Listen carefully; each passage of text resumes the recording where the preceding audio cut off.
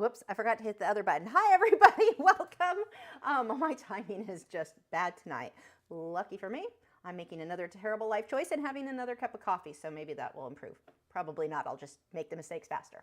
Tonight we are going to be using pan pastels and colored pencils to draw these super colorful grapes. I have the reference photo because you don't really need my camera for this one, my palette camera. So I put the reference photo up tonight. You can download this photo though. If you're serious about drawing this, go download the photo. It's free. The link is in the video description. It's located over on Patreon, but you don't need to be a Patreon member to get this. And it comes with the color swatches like you see there. So it makes it a little bit I can't talk. I need that coffee. A little bit easier to choose the colors and see what you're going to be using there. But as always, colors don't need to be exact. So not a terrible, not something to worry that much about. And we'll talk more about that as we get going. I've already drawn everything out. I'm working on Inktense and MeWe, and I drew my initial drawing here on tracing paper and then used transfer paper to transfer it onto that paper. If you are in the US, you can bid on this if you love the colors that it comes out with. Starting bid is $70. That includes shipping. That's also a fun box to get. I include some little fun little extras. Anyway, normally I would mat this at the end of the stream, but tonight's going to be a little bit different. We're going to be opening a Smart Art box, but normally when or not a Smart Art box, why do I always say that? A Squawk box, so the bird subscription box for your pet birds. I normally have French Fry join me for that. But French Fry doesn't love getting into he loves the toys. He just doesn't like opening, he's not super excited to open the box. He just wants to go hide in my hair. So I decided tonight that we were going to bring in the Sky Shark Loki, who's my husband's Indian ringneck. Bird is hilarious. He thinks he's mine. That bird is hilarious. He might attack me on live. You never know with the ringneck, or he might be the cutest thing you ever saw. But he will be joining us after the artwork is done to open his Squawk box. So that should be really funny. One way or another, you either get to watch me get bit or you get to watch the bird be hilarious. It's funny for anyone involved. So that is coming up after the artwork. So I think, is that it? Can we get started? Again, link for, if you want to bid on this, link is in the video description, and this will come matted. And just to show you how that blocks off, and this is important for the artwork. Whenever I draw my artwork, I want it to be a little bit bigger. It's kind of weird the way the camera is sitting there. I want it to be a little bit bigger than what my, there we go, than what my mat is going to be. I'll pull the color out a little bit farther just so that if I decide to scooch the mat over a little bit, there's actual color filling it in. But this is how it would actually fit once matted. So if you bid on this, this comes matted. It's ready to pop into any standard 8x10 frame. You just pop the back out, put this in, put the backing back on, and you are ready to hang it on your wall. Okay, Dina asked about chicken. So the bird's bedtime, except for French Fry and Tuna's bedtime is 11 p.m. The other birds, their bedtime is 9 p.m. Chicken starts getting cranky about 8:45, and there is no way I'm going to be able to live stream, bring him in at 9:30 and not have him just the whole time going at me and being just senior cranky pants is what we call him around that time. So Chicken will not be joining us for the live stream. As much as I love Chicken, he is not an evening bird. Actually, he's an evening bird. He's just not it's my bedtime. Now I've got an attitude bird. Okay, Chicken, if you're new here, Chicken is our cockatiel. I love Chicken. Chicken is hilarious. He's the one you see at the beginning of my videos, but he's senior cranky pants at late at night. Okay. Loki turns into a super sweet bird. So does French Fry at night. So they work out well for this.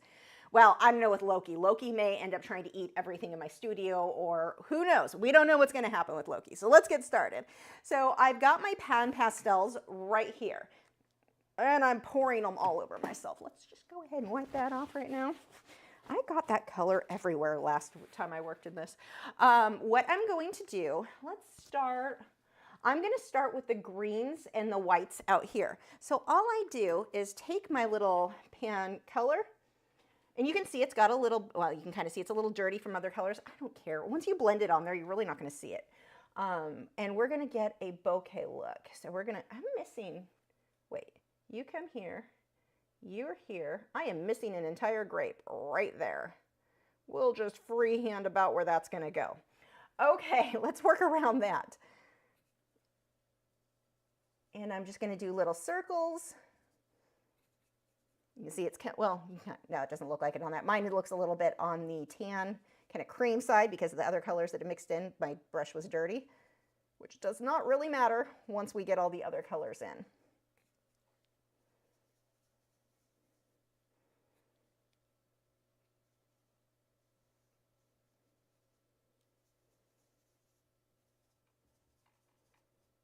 We're just going to do circles. Now let's go ahead and grab some greens. So we've got a really light green. I'm going to use 2 greens for this. I've got this one that is bright yellow green, and then I've got my chromium oxide green. I'm going to use these 2.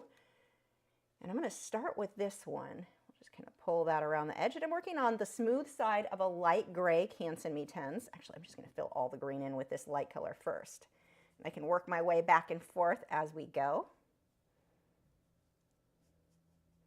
So if I go too light, I can come back and darken it up. If I go too dark, I can come back and lighten it up. You can go back and forth like that pretty easily with this.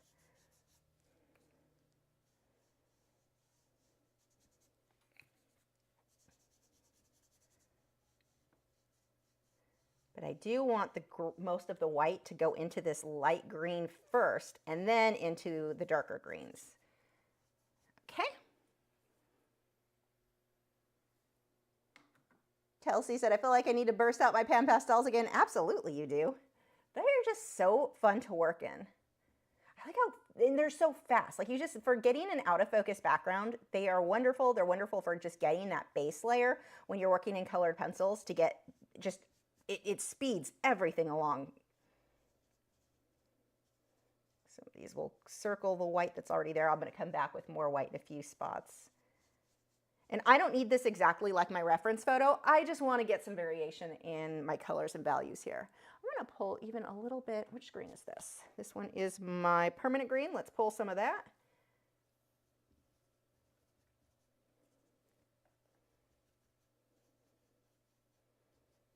Get some variation in there. We've even got some of my, no, I don't think I'm going to do that blue. Okay. Now I'm going to pull some black and my magenta. I'm going to use both of these. Or actually, yeah, we'll use magenta. This one is actually called, oh, it's called magenta. Whoa, I got the color right for once. And I'm just going to load a bit of that. I'm using the same brush right now. I'm going to load that up and darken this up. And the reason I don't want to go straight black, well, yes, the reference photo, that is pretty much black right there. I don't want to go that dark because it just would look a little bit flat with this and with these other colors. I think that pulling that purple in is just going to be really pretty up against the, or magenta, up against these greens.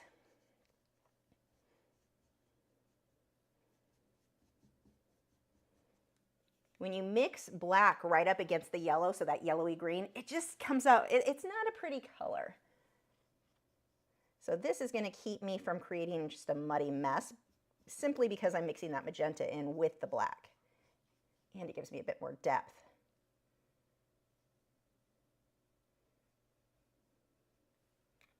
Now, one of the things that's great here, we want to get some of these darks in, and that is going to make the grapes look like they glow. So right now, see how I have this all white?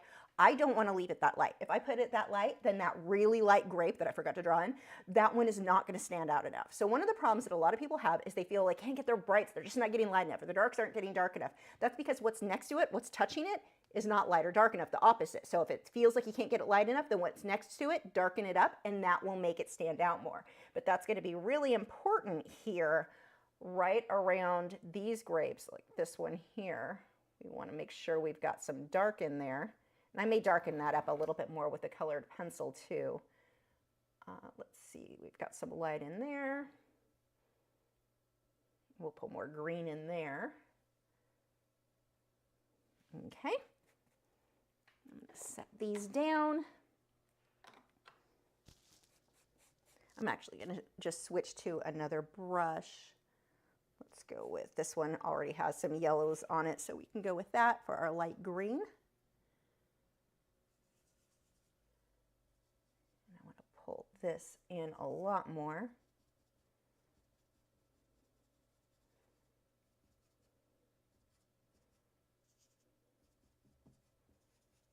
And what I'll do is blend this and then come back through with a few white highlights. So when I blend it, I'm going to switch to my colorless blender. This is going to make it blend super, super smooth. So we're just going to load a, yeah, got the right one. We're just going to load a little bit of that. And I'll come back through with the white. I'm just working this in circles. I want to get some of this a bit darker again, so I'm going to reload that with some black and some magenta.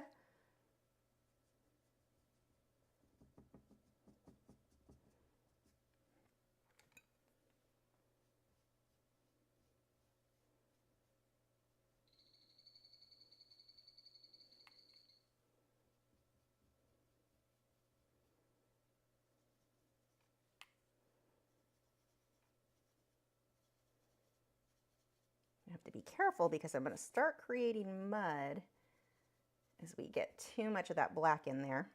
I'm going to switch over to the black, still using the colorless blender, but I switched to the brush that I was applying. I say black, but the black and the magenta, so that I don't muddy up the other brush too much, like that.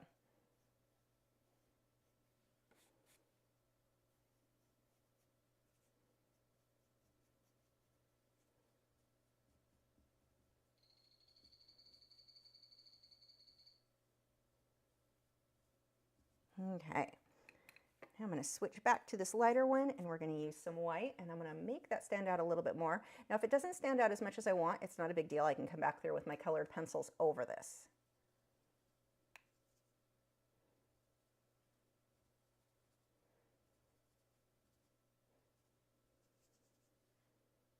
See, this whole grape down here is going to be really bright underneath it.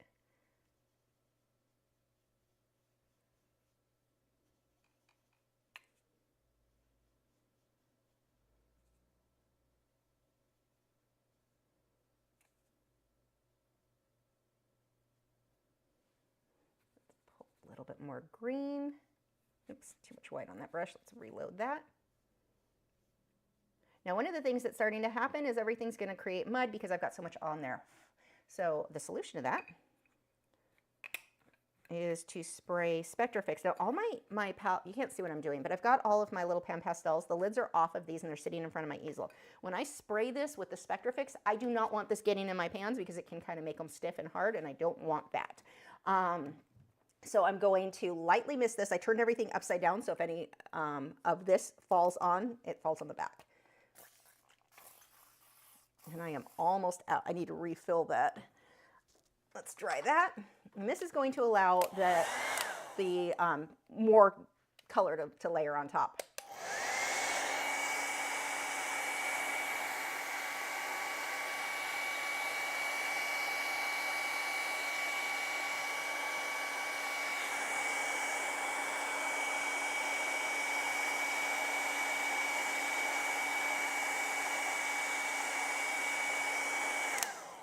Helene is here. I'm pretty sure she's here to see if Loki attacks me or not.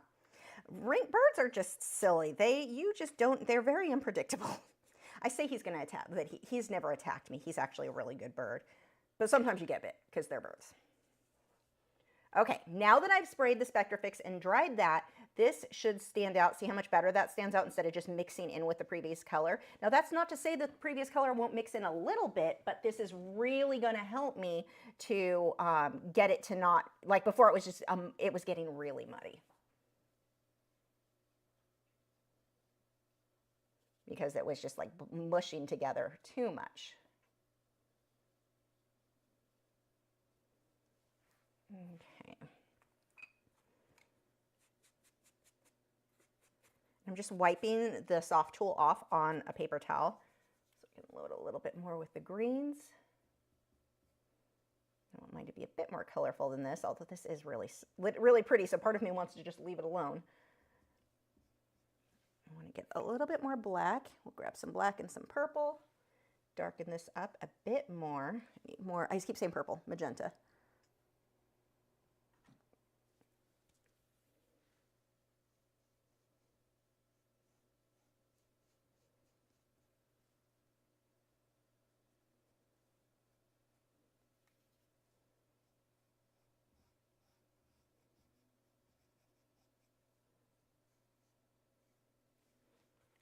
Okay.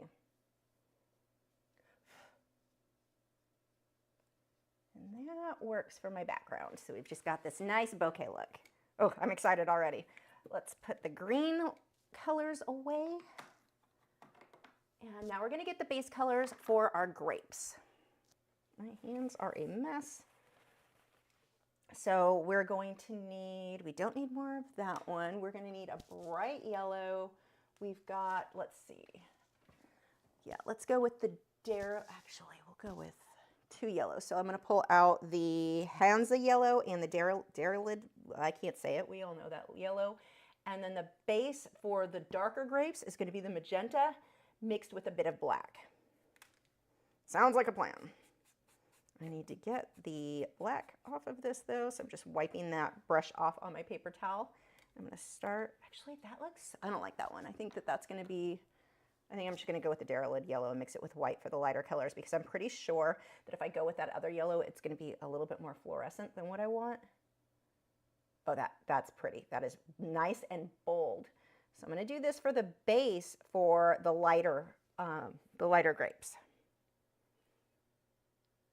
Yes, the paper is Canson MeTens. This is on the smooth side.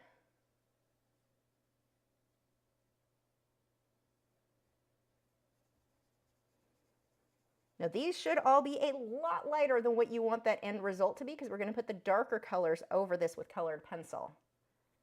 So this one I'm mixing a lot of white, and when I mix, all I'm doing is mixing right there. I don't care that it makes these a little bit dirty. I know some people get weird about that. I have not had any problems with it ruining anything or making it affect my artwork negatively.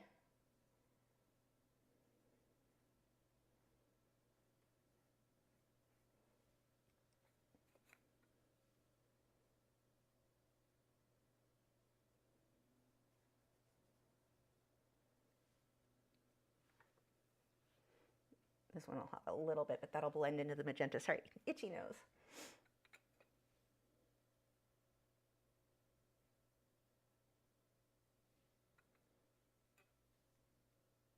Let's see, that one's going to be purple. This one will be the lighter color.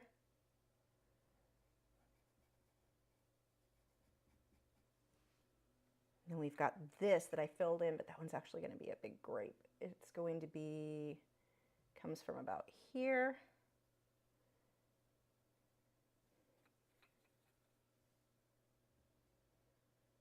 I've got to put that on a little bit thicker just so that it covers up that background nicely.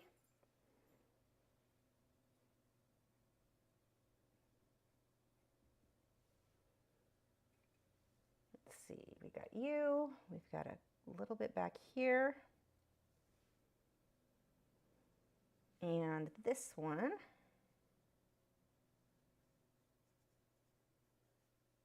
And kind of a lighter one down here, sort of. Okay, just fill some of that into the corners. I'll put some magenta over some of these as well. Okay, now I am going to switch over to magenta with that little bit of black, but my magenta has black in it already, so I can just lift right off that. Let's see if that'll be dark enough. Yeah, we're good.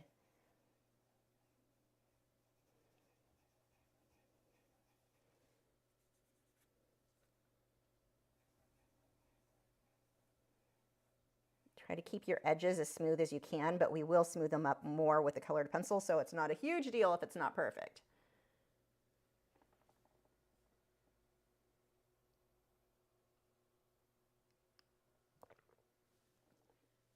Let's see, this one's going to have some magenta, and it's going to mix in with the yellow. Let's grab the other brush to pull some yellow and let those two mix together a bit. And I don't care, so I mentioned earlier about color. I don't care if these are exact. The colors don't need to be. What I want to pay attention to are that my darks are dark enough and my lights are light enough. My values are what's going to make this look really realistic and pretty and have the depth that I'm looking for. Having the perfect color, not really gonna play that big of a role. Like, it doesn't need to be exact to the reference photo. And the funny thing is, my monitor is, the color is always off on that. So my artwork is never that as close as it should be, to the reference photo because of that. I don't care. I just care about my values.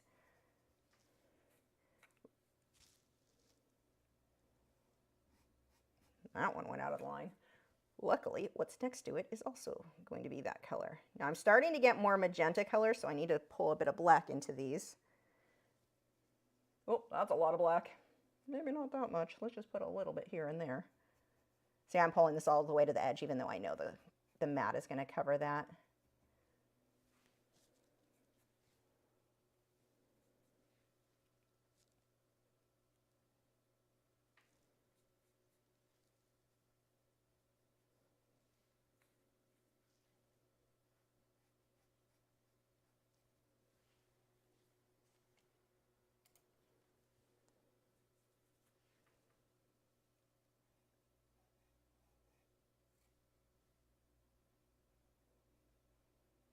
I would rather go a little bit too dark than not dark enough.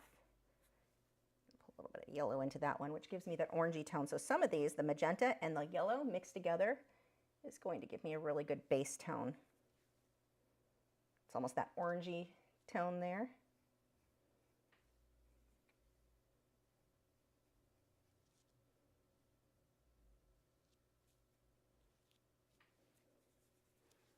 A little bit more black in with this guy.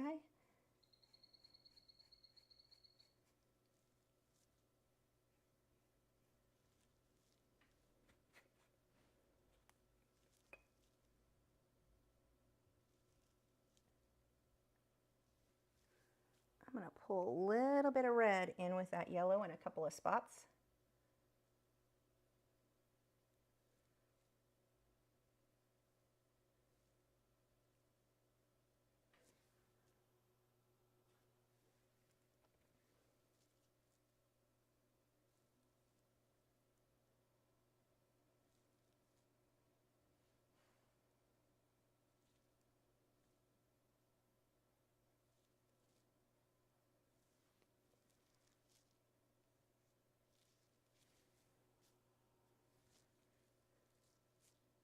And these colors mix super well. So if you've not used Pan Pastels and you're considering buying colors, the set of 20, like I don't know which one mine is, just like a standard set of 20, I guess.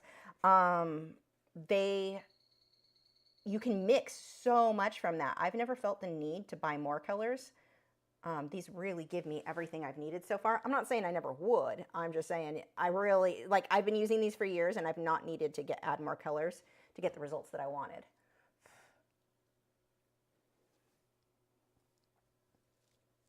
And they last a really long time. That was the other thing I was really surprised with.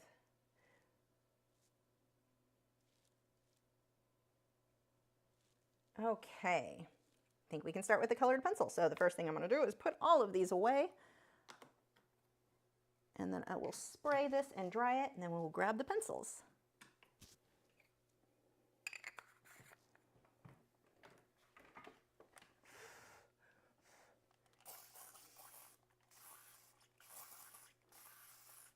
And this is just Spectrafix in a fine mist sprayer, so I don't get heavy droplets spraying all over the place. But it's almost empty, so I'm having to struggle to get any out. I need to fill that up.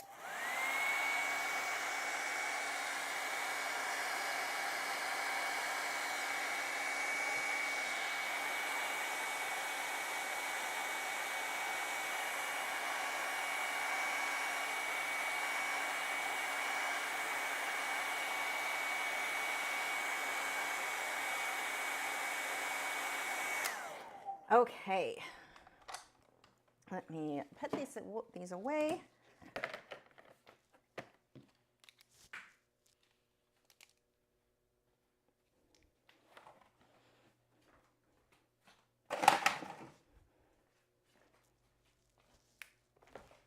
And all of the supplies I'm using are listed in the video description, if I did my job right. And now pencils.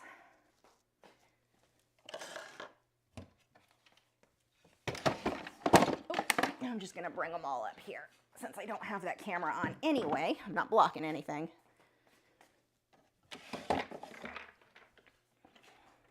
And I need to spray water on my hands and wipe off some of this Pan Pastel because I have very dirty hands at the moment. And I don't want to get fingerprints on everything. Okay. So I need a board. This has been like my favorite thing ever. So glassine, you want something to go under your hand for a couple of reasons. One, you don't want, if I'm resting my hand on this, the back of my hand is going to be filthy. We've all experienced that working in sketchbooks. So we want to put something under our hand. You could put another piece of paper. The problem with normal paper is that sometimes the Pan Pastels or color pencil sticks to it and it kind of smudges and can make its own problem. But something is better than nothing. So something needs to be under your hand no matter what. What ideally you should use is glassine. It's acid-free, you're pH neutral, totally safe. You can actually leave it permanently over the art. Like for storage, I keep a piece of glassine in between it, or if I'm shipping paintings, I will wrap it in glassine. So what I normally do is take a piece of glassine and tape it to my board, but I'm constantly like sliding it back and forth as I work. So instead, got a piece of cardboard, wrapped it in glassine, and now this just sits here and I can easily move it side to side to expose what I'm working on. So easy, so much better than before. I don't know why I didn't do this years ago. I felt super smart when I figured out, I'm like, hey, that would actually make my life easier. And then I felt super stupid when I realized, well, I could have figured this out 25 years ago, but I didn't. No, you can, Jen asked if you should use a specific side of the glassine to touch the art. Nope, you can use either side. Okay, let's go with, oh, I'm gonna need a pencil sharpener and a thing to put my shadings in. Let's grab a few sharpeners because I never ever throw away the ones I should, so I never know which ones are going to be dull. I really need to start tossing the ones that are dull. So for pencil sharpeners, for my colored pencil, I just like these little metal comb sharpeners. These work great. Well, until they get dull. And let's get started. I'm just gonna pick one. Let's start from this edge and work our way out. So I definitely am gonna need black, and I'm gonna go with my polychromos black. I'm going to need a light, oh, you already are blocked. There's broken lead in that sharpener already. I'm going to need a light, kind of maybe heather. So let's see, I want Caran d'Ache luminance for the lighter colors. I want it to be more opaque. So I am going to go with, I'll try both and see what works. I have heather with Derwent Lightfast, and I have, I forget what it's called with, ooh, both of these I really like. One is more blue and one is more purple with Caran d'Ache luminance. I've got, oh God, I can't read these. Manganese violet and ultramarine violet. So I've got these colors to do some of the highlights on those grapes. I've got my black. I need a deep dark magenta. Ooh, you look amazing. My pencils are now on the floor. Oof.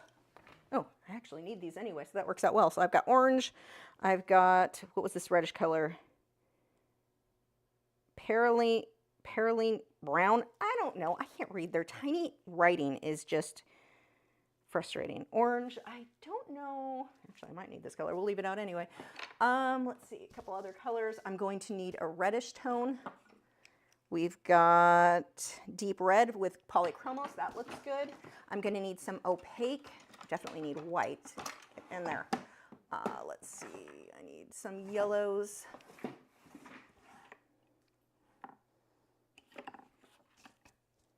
You are too dull.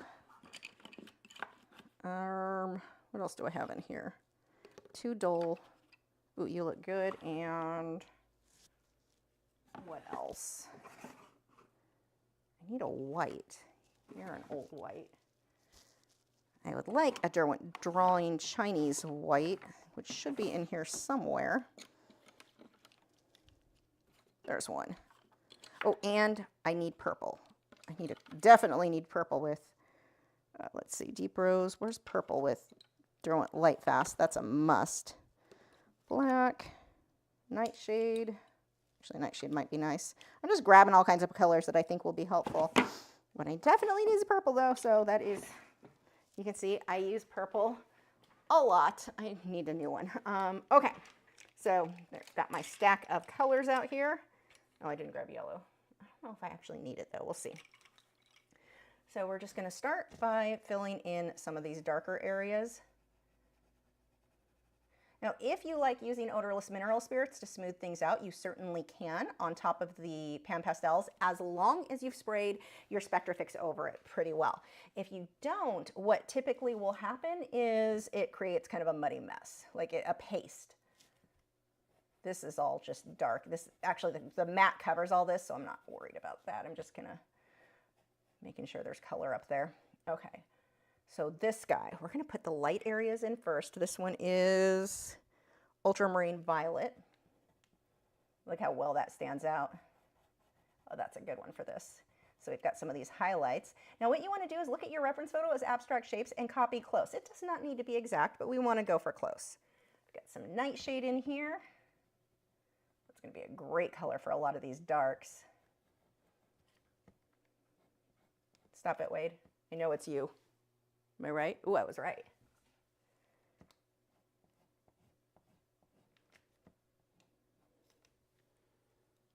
Okay, let's see. I need some pink tones too. Let's see what I've got for pink.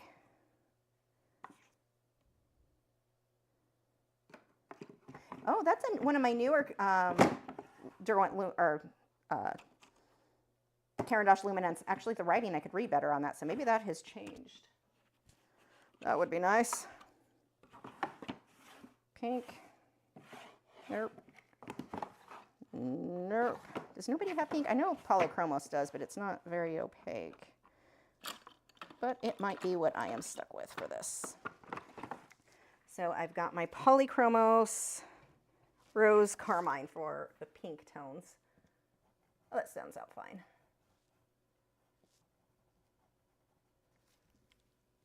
We've got kind of a pink undertone through here.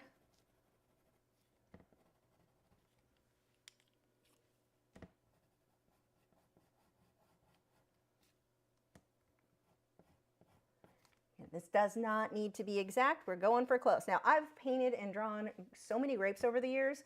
I can deviate a lot away from my reference photo and still have it be fine, just from experience. And that's going to be something that you'll find, like let's say you paint a lot of flamingos. You'll hit a point where you don't have to do all the feathers exact. You just know how flamingo, you still need a reference photo, but you can kind of go a little bit away from it and still have something that looks very realistic because you've drawn so many. This is a reddish brown tone. Pull a little bit of that into this one.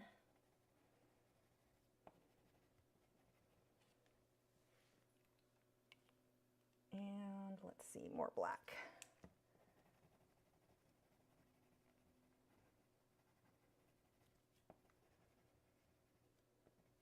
Some little dots in there.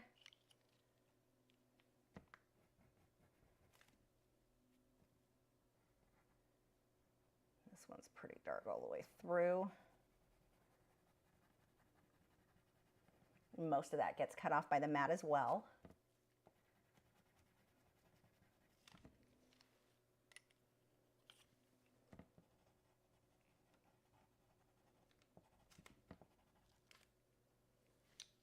Okay, we've got this reddish tone. Actually, let's do the dark first.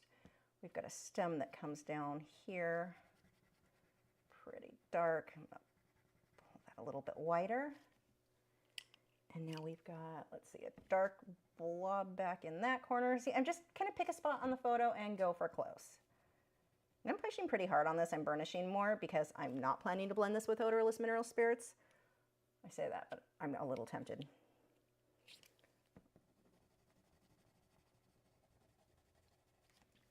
Okay, let's see. This guy back here has more of the red.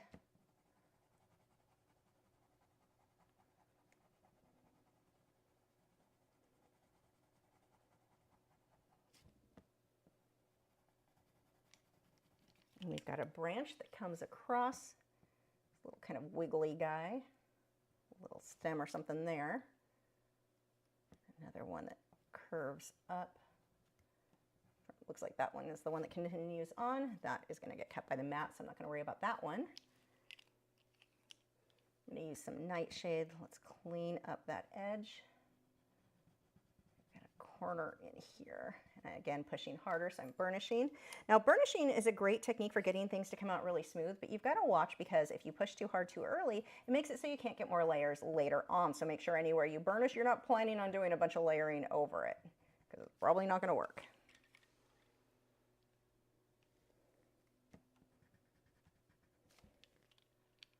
Okay, let's pull more orange in here. Just kind of getting some of these poking through the background. I'm gonna pull my rose carmine. We've got that pinkish tone in here. It's actually kind of a dull color. Let's go with something a bit more bright. Let's see how the orange looks. Actually, that's not just orange. That's more of a dark one. Let's go with a lighter. Just pull a little bit in that. There we go. That looks better.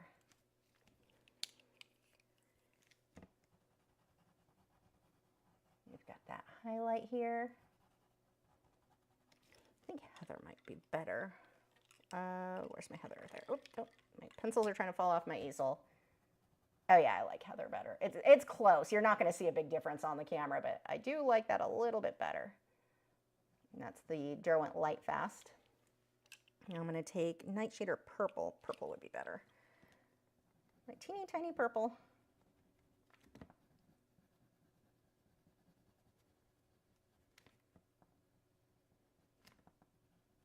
You know what, let's put this in a pencil extender because that is getting annoying already. Let's see if it fits this one. We are in luck. My life just improved dramatically. Dramatically, drastically, either works. This is the Derwent pencil extender. I like these better. They're just more comfortable to hold than some of the other ones I've seen. Generals, hopefully they've improved it, but they used to have one. It was like a wooden one, and it had this metal ring around that was so uncomfortable to work with. I get pushed on my fingers weird. I hated that one. I mean, I guess it's better than nothing, but it caused pain. Pull some orange right over that. That's actually going to get cut off anyway. You're not really going to see it. Yeah, I'm going to use English odorless mineral spirits. I think it's just going to look a lot better.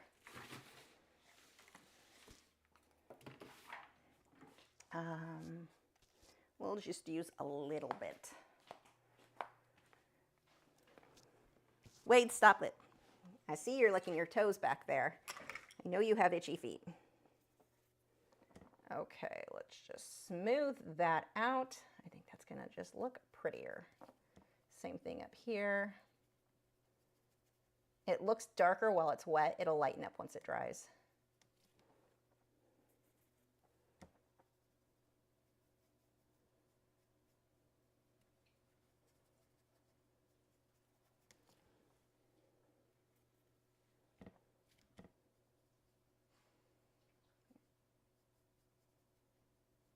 And I'll probably do a little bit on top of all those once that dries, but that just smooths it out a lot more.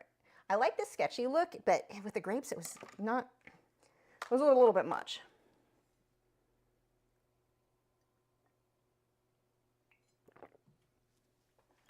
Okay, moving along. That one, I think I already went over that a little bit. Most of this is going to get cut off, so I'm not going to spend a ton of time on that one.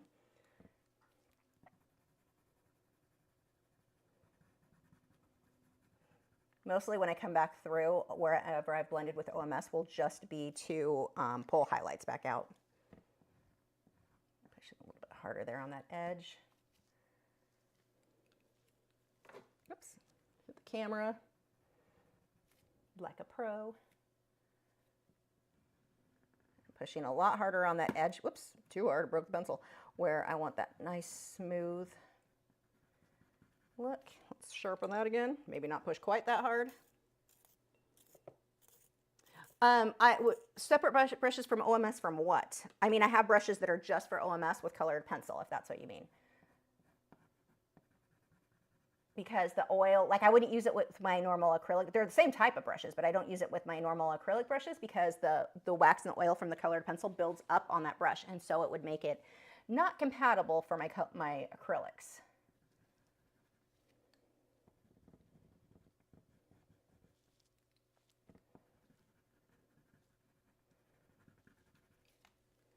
Let's get some darks in there with the Nightshade. A few little spots.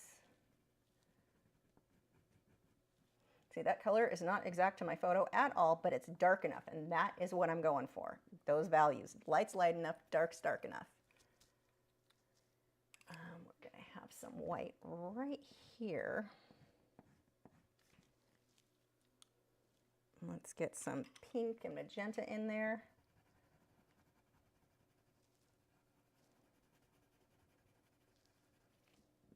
And then as we move down, we're going to shift over to orange, which gives us more of a muddy color, but that's what I need here. Kind of a brownish, I say muddy, what I mean is almost a brownish tone, a more neutral tone.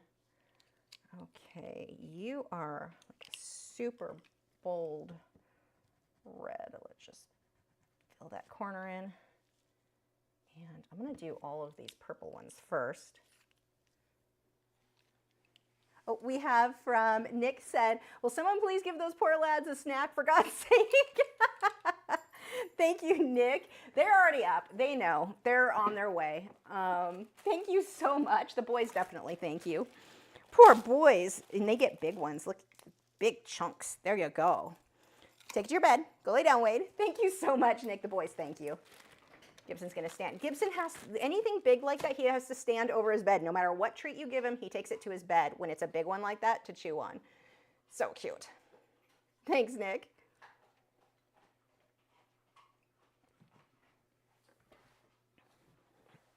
Yeah, somebody said something about baby oil. A lot of people use baby oil. I see that from YouTubers who don't know what they're doing.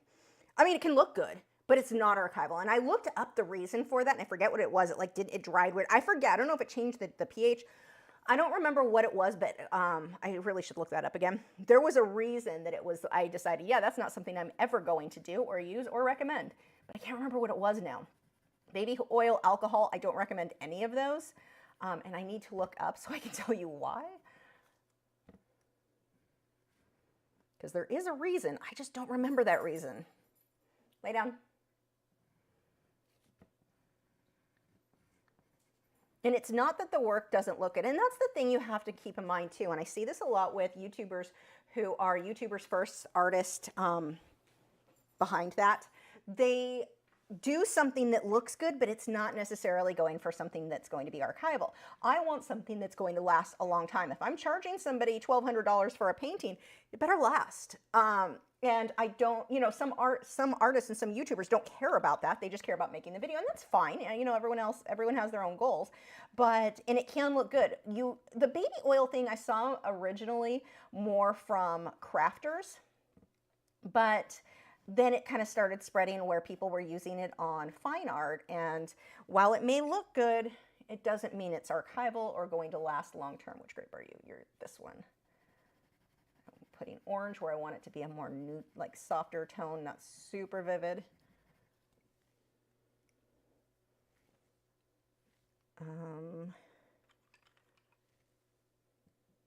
Let's see, we've got a shadow. Let's put where that shadow is going to go. I'm going to use Nightshade. Got right here.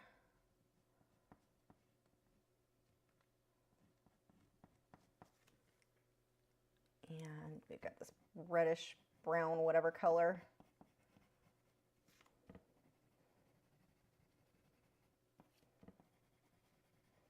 Yeah, I've seen people recommend too getting art supplies from the hardware store.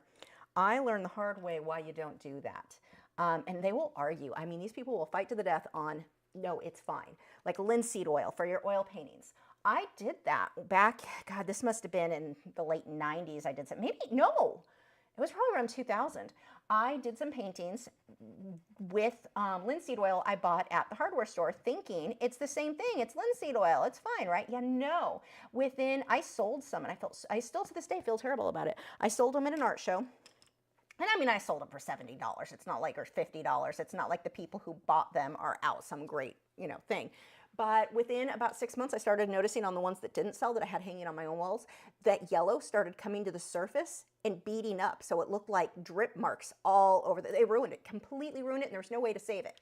And that is what happens when you use hardware store stuff. You don't know. Or let's say you use baby, you don't know what's going to happen long term. So I don't recommend using these tools. I mean, and I'm all for saving money. Trust me, I get it. Especially in this economy. We are needing to save that money, but watch how you save the money, because you might be actually costing yourself way more in the long run when you can't sell the artwork. I mean, if you're doing it in a sketchbook, whatever, you know, you do you, but. And I'm just looking at the lights and darks here. What is really light? What is really dark?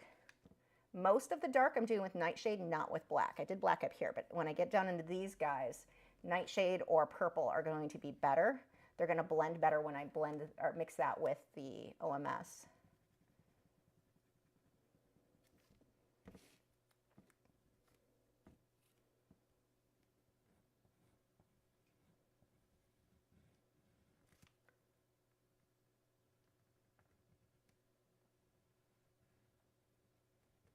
Yeah, it's weird too that people who are like, no, you can use the hardware store supplies.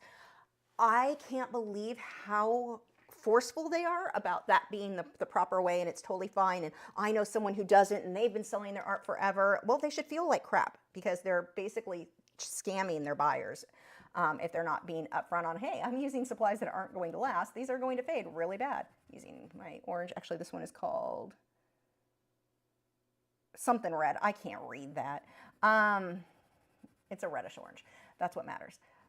But I've seen people that are so determined that they're right on that. And what I see it in the beginning art group. God, I've had this rant in a while. There's beginning art groups like for acrylic painting and whatever. And usually the advice given in those is so painfully wrong and bad and going to hold you back and ruin, ruin your art on some of the advice that they give you. It's crazy. Do not get your advice for painting and drawing from beginning art groups. I mean, watch who you take your advice from anyway. It's always weird to me how many people in these groups go on and on like they're experts, and I go and look at their artwork and it's like, whoa, that's bad. Like, that is bad. You should not be giving anyone advice. That's not to say that you couldn't eventually be good, but you're not good right now. Stop giving advice because, oh dear God. Were your eyes open when you painted that? Like, that's what gets me is they'll be giving so much advice and their artwork doesn't back up what they claim to know. So I don't know where they're getting that information, if they read in a book, if somebody told, I don't know, but just watch who you're taking that advice from, because there are a lot of people online that like to make themselves sound like they're experts in something and they do not know what they're talking about. And I see it in the animal groups all the time. Fish groups are just so bad about it. Somebody will ask a question, and like one of my favorites in a reef tank, pests, we have pests called Aptasia, which is, it's a type of anemone, but it's a pest. It's like a weed and it stings your other coral and you don't want it in your tank. And no matter what it is, if somebody asks for an ID on a pest in their tank, somebody else will come along saying it's Aptasia, not in a joking way, because sometimes people will do it, just to be funny. But no, to be dead serious, they just think everything is Aptasia. And it's like, don't give advice to people when you don't even know what like, that's the most basic thing. How do you not, first off, how do you keep a tank and you don't know what Aptasia looks like? But second of all, like, why are you giving advice when you don't know? And that's something that you see so much online, and you have to be careful because some of these beginning art groups are going to give you advice that are going to hold you back. They're not helping you. They're, if you get a professional in the group, like sometimes I'll answer questions in there, but I'm getting more and more to where I don't even bother. Like there's a beginning acrylic painting group that I was trying to help with, but one of their moderators, I don't know if they don't like me, I don't know what the problem is, but they had a tendency to not approve my posts, even though they didn't break any rules.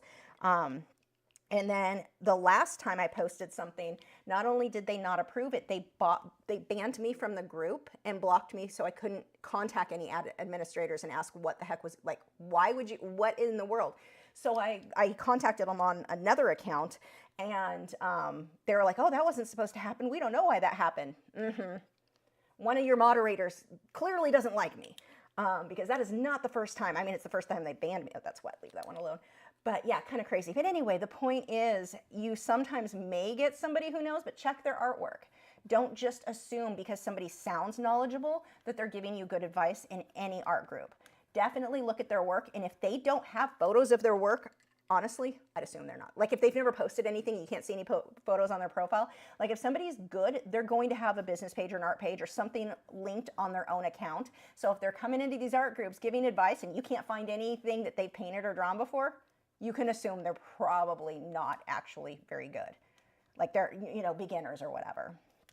So just be careful who you're taking that advice from, because Lord, some of the tips I see people, I'm getting to the point, I used to answer and come in and try to help people, and now I'm definitely getting to the point in those groups where I'm like, you know what, you guys are on your own.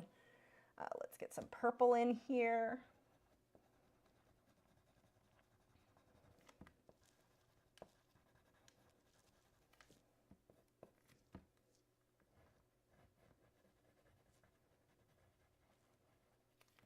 And I mentioned it last week, but if you've not already, definitely join the Art Scammers group on Facebook, if you use Facebook.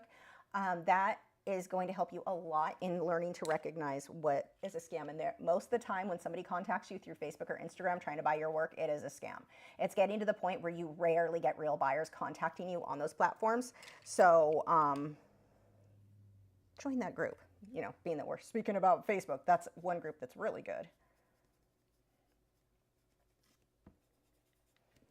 Okay, we're just gonna blend this out and I'll come back through and adjust any highlights once this dries. Oh, this is gonna be pretty. I'm trying to go quick because the OMS definitely slows down the process of what I planned on for the live stream, but it looks so pretty.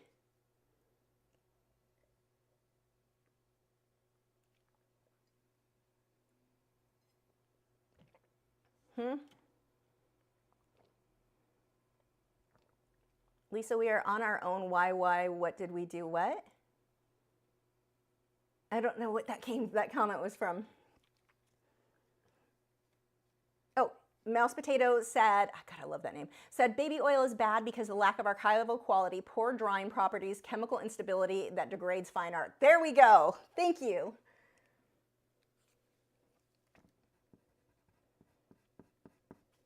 Okay, now we're going to start on these ones. So this is Purplish Red by Caran d'Ache Luminance, and I think this is one of their newer colors.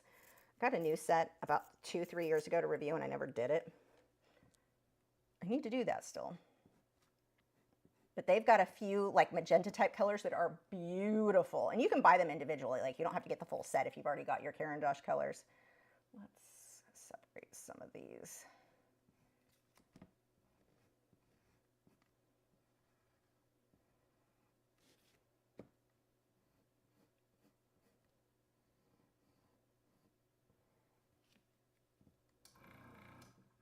My air compressor is still on, apparently. Speaking of, if you have not already seen it, check on, if you are over on Patreon, did I pull it in? I don't think I did. Did I put it on here? Nope. Main cams. Oh, I didn't import it. Let's see if I can add it. Well, maybe not. Go over to Instagram. I posted it there, or I think it's on Twitter as well. X. The lesson this week for members are some flowers in acrylic that came out so pretty. I love how that painting came out. Definitely head over and check that out. If you are not familiar with Patreon, for as little as $6 a month, you get access to over 400 of my longer lessons that are quite a bit more involved than what the live streams have. Much more, I don't want to say advanced, they're just, it's longer. We've got more time to complete them. But head over and check that out, or if you go to my Instagram page, you can see what that one is. I love, love, love how it came out. My garage door last week broke, and it had to be fixed, and the guy did it as a side job for me. He saved me so much money. Like, I would not have been able to afford a new garage door. So that I'm super excited. You may have, I mentioned last week that my garage door broke. Yeah, well, I had to replace the whole thing. That was not fun. So, but it's a heavier duty door. It's a better door. Like, he just did me a huge favor. So I wanted to do a gift for him and his wife. She was there helping him. So I did, what am I doing with, oh no, I do need this color, this purpley color. That's what that painting was for. And I had to have it done in a day because I needed to varnish it that night. I did it on Monday. No, I did it on Sunday, and I had to have it done Sunday during the day because I needed to be able to have it completely dried and varnished so I could give it to him the next day. And deadlines. If you are finding that I'm going somewhere with this story. This is, okay, that sharpener is in the trash because it keeps breaking everything. If you are finding yourself struggling to get work done, set a deadline for yourself. It is amazing what you can get done when you're like, okay, I've got 3 hours. This is what I've got, or I've got a week to get it done. Just whatever the deadline is for you. And that doesn't mean rush your artwork. It means give yourself a deadline so you're not just continuously reworking it, or so you're not, going and playing a little extra World of Warcraft instead, which I typically do on Sundays instead of painting. So setting that deadline, you will get so much more artwork done than you would otherwise. It's crazy, the difference. I got an entire painting done that day. It was, I love how it came out. I mean, it was acrylics, and that's going to be my fastest medium, well, maybe besides charcoal. But it was so satisfying to have that entire painting done in one day. And again, I'm not talking about rushing your work, but you can get just an absolute, like, so much work done just by setting a schedule for you, or a deadline for yourself. Using some of this red over here, letting a little bit of that yellow peek through. Pull this red right around this edge. We've got little spots in here.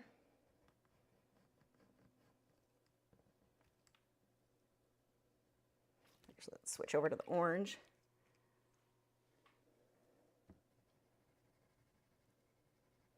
Nick asked what exactly baby oil is made for. I assume something with babies. I don't know. What is baby oil for? I don't even know what you're supposed to use it for.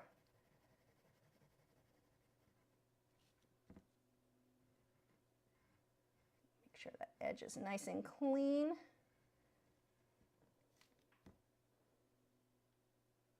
To keep the skin on babies hydrated. Why wouldn't you just use like lotion? Why would you use oil? I don't know. I know people used to use it to fry themselves in the sun. That's the only thing I've ever seen someone use that stuff for.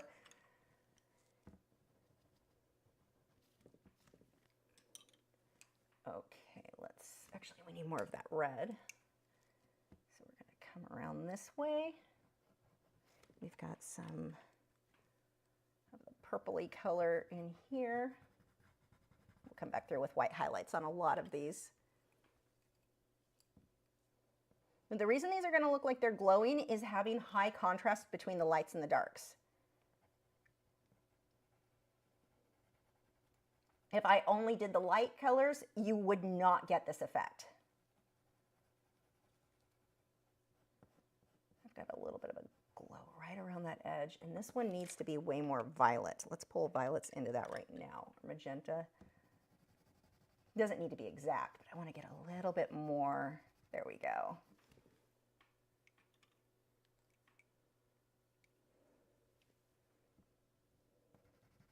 Nick said that would make for a dangerously slippery baby.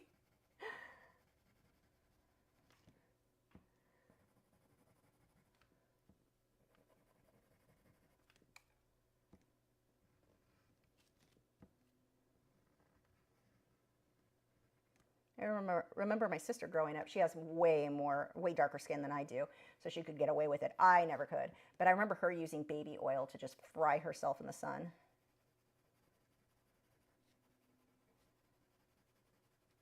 That might also be why people thought she was my older sister and not my younger sister, but I don't know.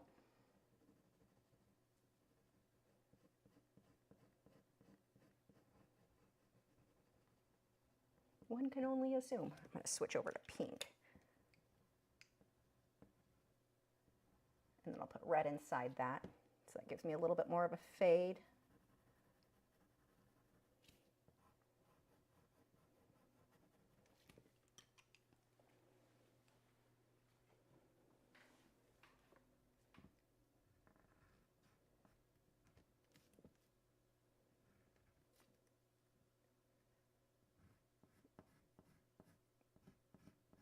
I'm just looking at my reference photo and kind of copying what I see.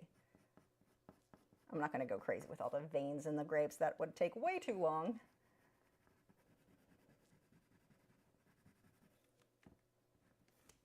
We've got dark background, so I'm going to grab my nightshade. It's actually not a background. It looks like a bit of a stem. We've got that. We've got one over here. We've got a wiggly one right here. We've got one right here. And another over here. I don't need to put that one. Grapes are, if you've not painted, or even if you're not like super into non-animal art, grapes are so satisfying to draw because it doesn't take much to look really cool. You just have to watch your values. Light's light enough, dark's dark enough.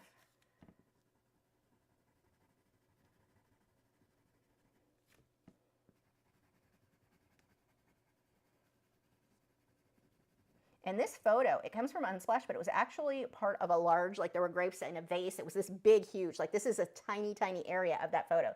So when you look for your reference photos, don't limit yourself thinking the entire photo is what you need to draw. I wanted grapes and I liked the way the lights were hitting this. I loved how the background was, that bokeh look, and I was able to just crop out what I wanted. Because if you were looking for this photo on Unsplash, it looks nothing like what I cropped out of it. You would probably never find it. Probably not going to even show, so we're not going to worry too much about it. We just want something there. Okay.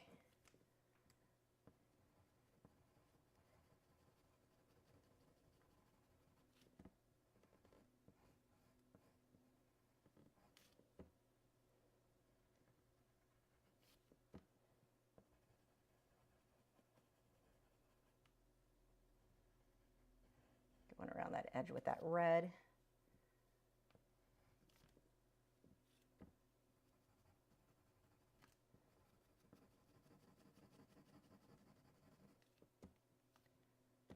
Okay, let's blend this and oh, let's do a little bit more over here.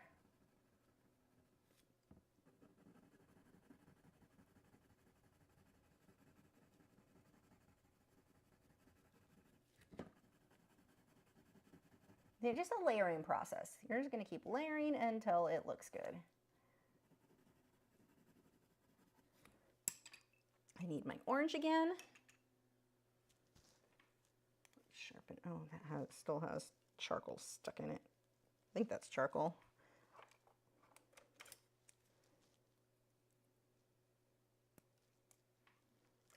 Or Inktense. I don't know what that was. Got it out though. Okay.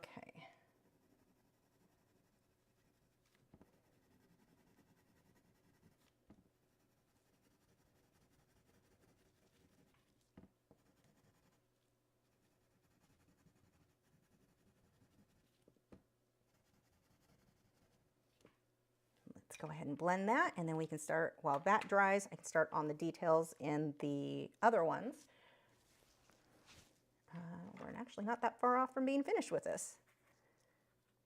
So I need to make sure, because I was blending dark before, I need to make sure to clean that brush. So I'm just rubbing that in the OMS, drying it off on the paper towel, because if I have a bunch of the dark purple or the blacks on that, when I go into those oranges, it'll smudge those darks into it. It'll be not pretty at all. I don't need a ton of OMS on the brush at this point. Ideally, I don't want much because that will take a long time to dry, given how, that has a little bit more, how absorbent the Inktense is. And anytime I blend a lighter or a dark area and I want to go into the light, I want to clean that brush off. And OMS is a cleaner, so that's what you're going to use to clean it off with. See, like that one, that's really light, so I'm going to wipe that off.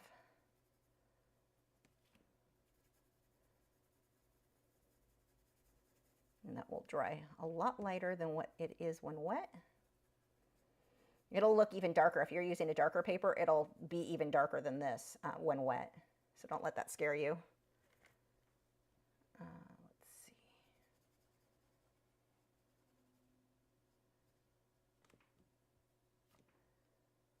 Okay, that should be it with the OMS. So I'm going to put that away.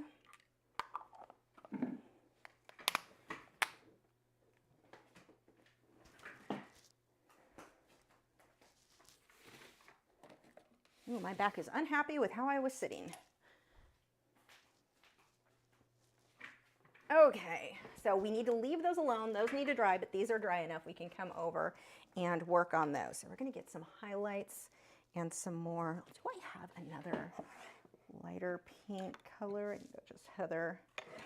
I want a lighter pink, but I don't know that any of these colors are really pink. You, I like. We'll grab you. This, what is this? A word I can't say. Pink. Long word and then pink. Oh yeah, that is wonderfully bright.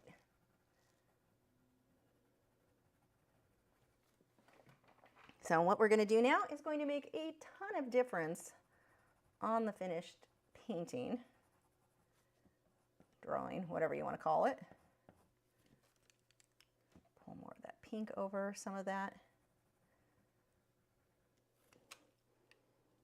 There's my purple. Make sure that edge stays nice and clean. I'm pushing really hard with that to make that stand out.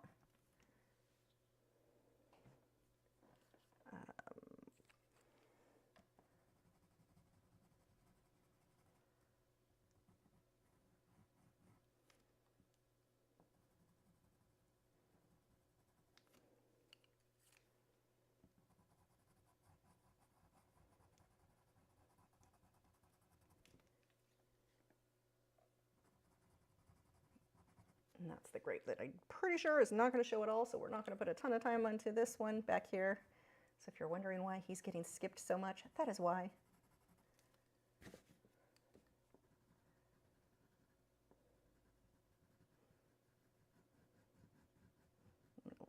pink blend up into the white.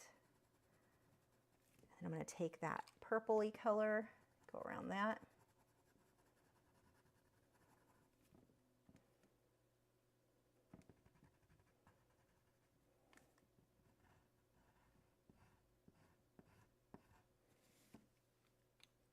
If this is wet, your pencils are not going to stick well to it, and it damages the tooth of the paper. So make sure that's dry before you go over it.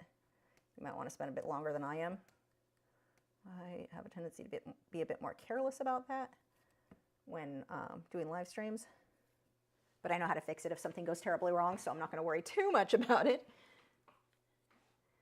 Okay, let's see. And by fix it, I mean hide it. Yeah, I mean, if you damage the tooth of the paper, you damage the tooth of the paper. It's just not going to take many layers back over it. One thing you can do, though, if you really damage it, you can use touch-up texture, titanium white mixture, kind of paint white over it, and then paint over that whatever color you want. So, you know, there are fixes, but I'd rather not waste the time if I can avoid it.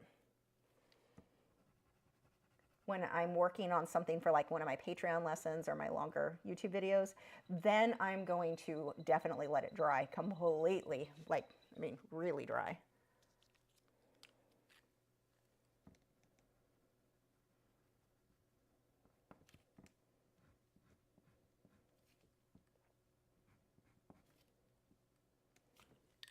We've got a dark, kind of a red ring almost around this one.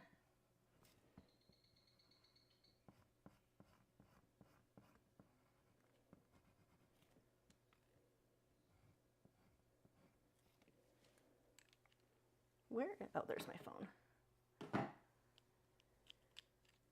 Let's see. Get some reds in here. Got a red glow right around that outer edge on that one. A little bit here. I'm trying to leave the orange alone so it gets a bit more time to dry.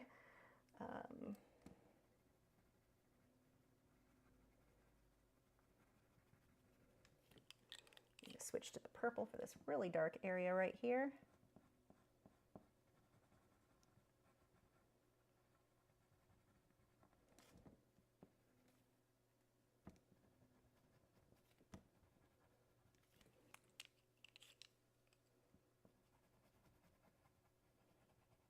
And it looks black, but it's actually the purple. I'm pushing super hard to get this to show up the way it is over how many layers I have already.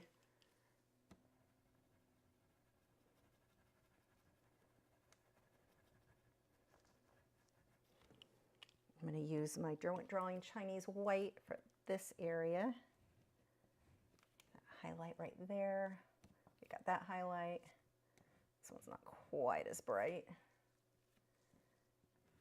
Go a little bit lighter down here.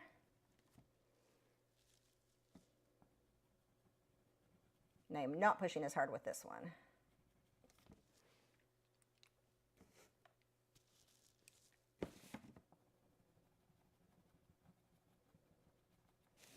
Okay, let's go on to these orange ones. So I'm going to go ahead and, while I've got this in my hand, the areas where it's super white, I'm going to go ahead and do those right now. Pushing harder. See how the pencil is not super sharp? That is a good thing because this pencil is really soft, and if you push hard when it's sharp, it is just going to snap.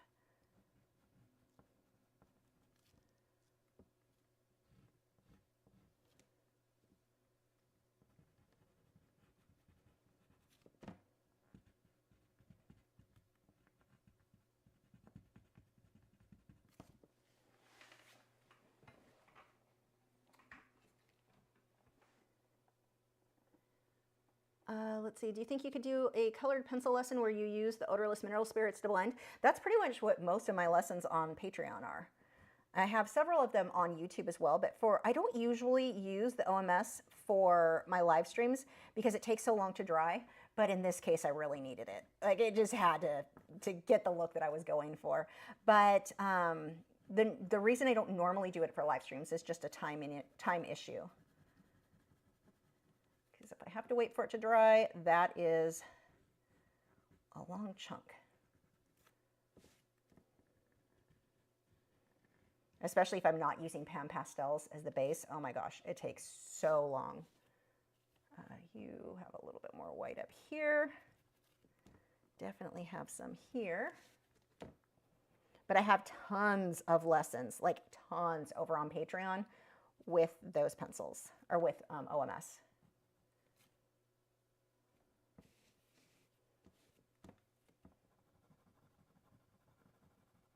And by tons, I mean tons, like 100.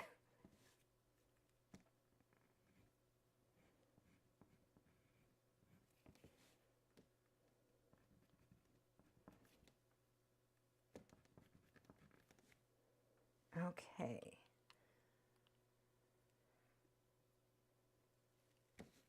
So let's come up to this guy. Let's see, we've got some of that purple or heather color right in there. This one has a little bit. Oh, this one I'm missing some white right along the edge here. And then we've got the purple. I'll probably come through with this lighter pink because it's so opaque it shows up well. So it's not purple, but it just shows up really nicely for this. Hold on, Matt is sending me a photo for...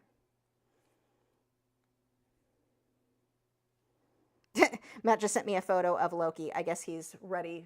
There's Loki. Oh, there we go. I guess he's ready to come in and open the Smart Art box. Or I keep saying Smart Art box, the box. Let's finish this up and we'll go grab him. I need to sharpen this.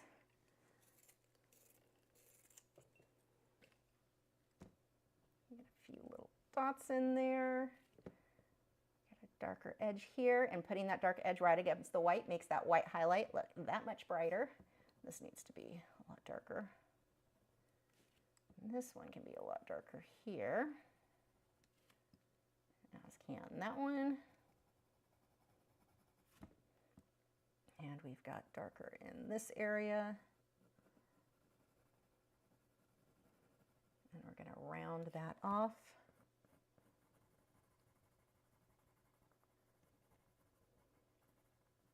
And we want to make sure that line stays curved on a lot of these. This is what's going to help it feel more three-dimensional, or one of the many things that will help it feel more three-dimensional.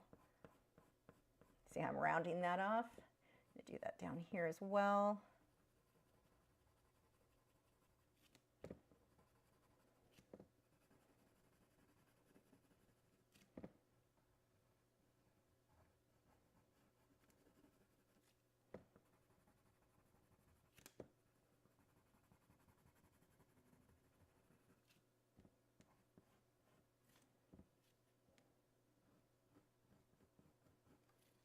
Oh, we have from Art by MB a super chat for the boys, and they're already over here. Thank you so much. They definitely, thank you. It's big bites. Thank you. Okay, go take it to your bed. Go in. Wait, go lay down. Take it with you. Lay down. It's gone. Lay down, cow. Okay, almost done with this. I'm loving how it's come out. I love grapes. Seriously, grapes are so much, they're just so satisfying. You just want to make sure you get the right photo, though, where you've got that nice contrast with the lights and the darks.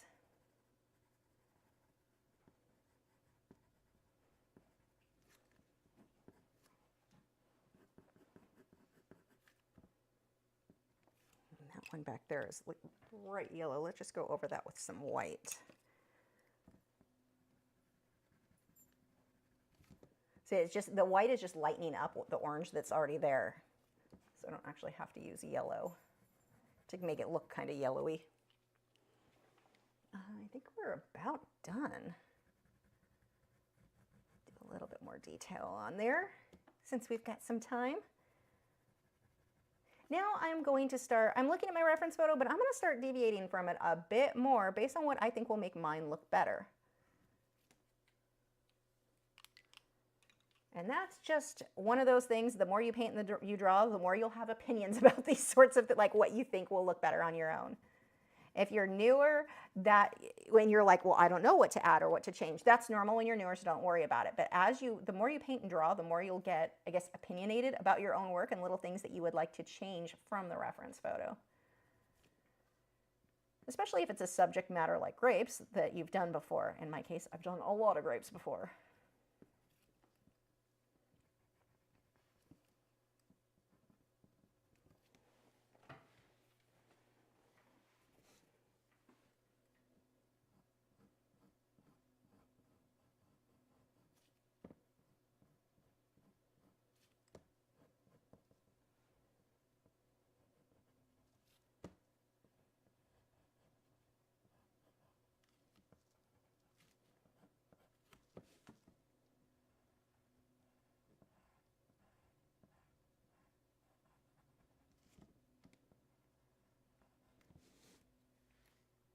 Oh, I'm super happy with these.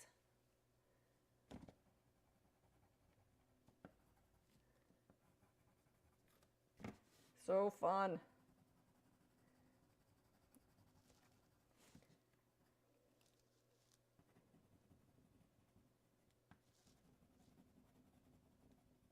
Actually, I think I want more purpley red right there. Let's layer some magenta over that one. Again, that's not really any reason to. That's going to get cut off by the mat. I don't love how this is standing out here. There we go.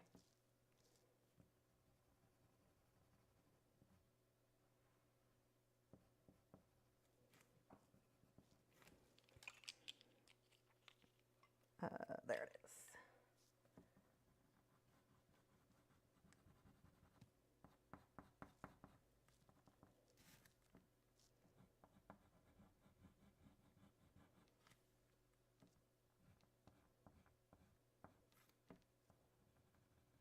Get some little shine marks here and there.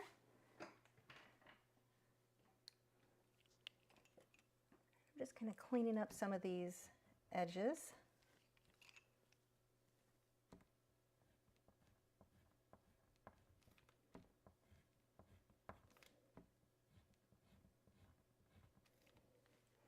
Now, if I want this to be a little bit darker, I can, of course, pull my colored pencil into the background just a bit, and that's going to make the grape stand out that much more.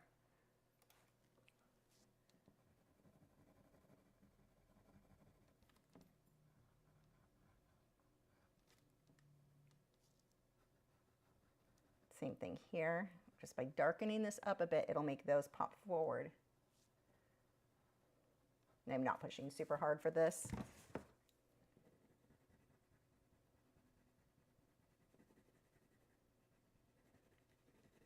And this is with the purple.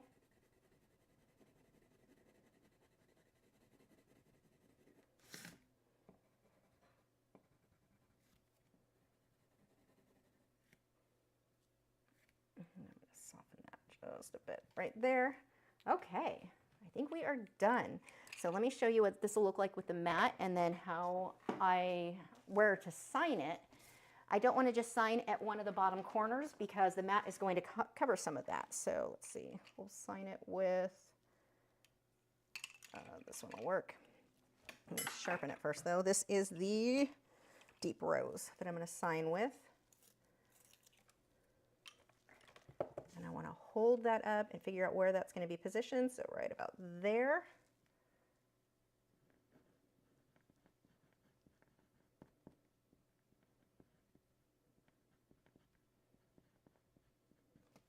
There we go. So see, if I would have signed all the way at the bottom, that would have gotten chopped off some. So there is the finished piece. Let me show you in this one because it always looks a little bit more accurate in this one. Oof. So there, well, it's not actually as bright in that one. Oh, let me turn that light up. Which one is that? That probably is going to be more, yeah, there, that's a bit more accurate. So there are the finished grapes. There we go.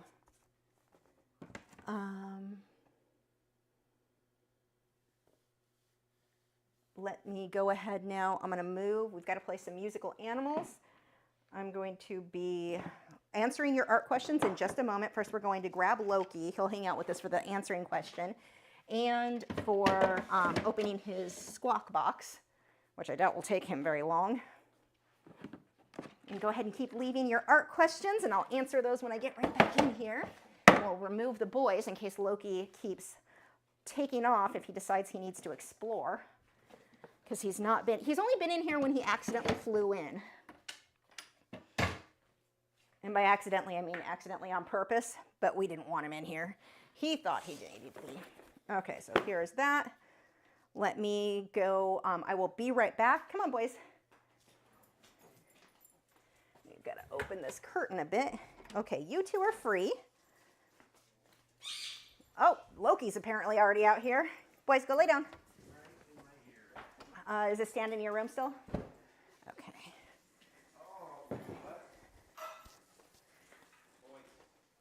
You need to.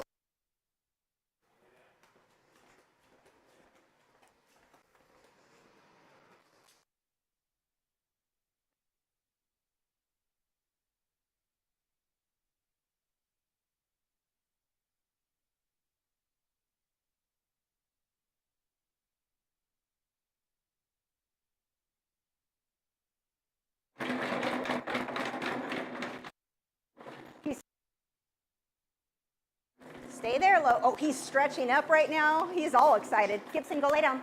Lay down. I'll be right back. Lay down. Wait, down. Down.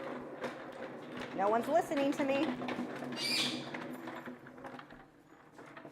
Oh, my painting fell. Okay. I would have brought this in earlier, except the birds actually use it during, he was sitting on it earlier and hit the chicken room. Let me put this in here. I don't know where the best place for this will be, but there is his stand. Let me go grab the sky shark. You want to come hang out? Not you. You down. Down. Gibson, down. Down. Good boy. Stay. Okay, come on. You want to come hang out? Don't fly. Come in. Hi. Hello. Thank you. Giving kisses already. You want to go see the studio? You don't know this room. You get to open a squawk box. Okay. I don't want you on my shoulder. Please don't start that. No, you're not a shoulder chicken. So here is Loki. Loki is on his perch, perfect. He is a male Indian ringneck. He is quite the talker. Look what I have. We got a squawk box. Whoa, what is this? Do you want to come look at it? I haven't opened it yet, so I have no idea. It came no track. Like the mail freaking crushed this thing, shoving it into the mailbox because they're jerks. So what squawk box is, and I do have an affiliate link in the video description. It's a monthly subscription box. Do you want to come see? Look. Do you want to see it? So it has different toys. It tells you what's in there. Why are you clicking at me? You want this? You gonna bite it? No? You're just gonna throw it. Why are you clicking? Okay, come here. You wanna open it? We can go, let's see if this, oh, I've gotta set this camera up really quick. Oh no, it's working. Do you wanna come, you wanna come see? Come here. You wanna come see? Hi. Let's see what you got. No, you don't want to go up there. You just want to sit. He likes his stand. Okay, we'll do it that way then. We'll just show you what came. So the first toy out of the squawk box, oh, this is going to be a favorite of lots of the birds. One of the things that I'm loving about the squawk box, and I'm not just saying this because, oh, I have an affiliate link. Like, I won't promote anything I don't personally like my subscription. I think this might be my last box, so I'm definitely renewing it. They're all stuff that my birds love. So this toy, he actually likes the hooks, these wooden hook things. He eats those. We save those when they get ruined just to chew on. But they are like, this is stuff that they're going to like to shred. Do you want this? Here's a new one. But just so you know, French Fry gets the first pick. Where's a place to hang this? You want me to put it up there for you? You want to already check it out? Yeah? There you go. You can play with it. You're clicking at it. Oh God, this is adorable. It looks like, is this supposed to be like little mashed potatoes? It's this one is Thanksgiving themed. So this one is, yep, mashed potatoes. Look, it has a little butter. It's a wood thing and it has for shredding purposes. Oh my gosh, they're good. Oh, do you want to look at that? Yeah? Does that look fun? You like the mashed potatoes? You would shred this, and it's got a paper cup. He would shred this, so this is not going to last. So what I usually do with these toys is give them to French Fry and Nugget and Chicken first. they all get them, and then when they kind of get bored with them, I give them to the ring neck. So we just rotate them, and then the ring necks destroy things. Because that's what you do, huh? You like that one? You laughing at it? Yeah? Is it good? Yeah? Yeah? He's clicking at me. He's trying to learn to say the new things that I say, and when he's trying to learn it, he kind of does this. He almost sounds congested. Yeah? You trying to say new words? You like that? Is the mashed potatoes good? He loves the foam in these boxes. I saved the boxes. He likes to take them and throw them on the floor. Okay, let's see what else we got. Next, we have a couple things. Ow. Oh, my back doesn't like it. What? You want to give a kiss? Thank you. Yeah, that was very sweet. I think this is supposed to be a turkey. Wait, no, I don't know what this is. Hold on, let me see what it is. We don't know, Loki. I know you want to look. It doesn't say. Butternut squash. I don't know what this is supposed to be. Kind of looks like a turkey, maybe.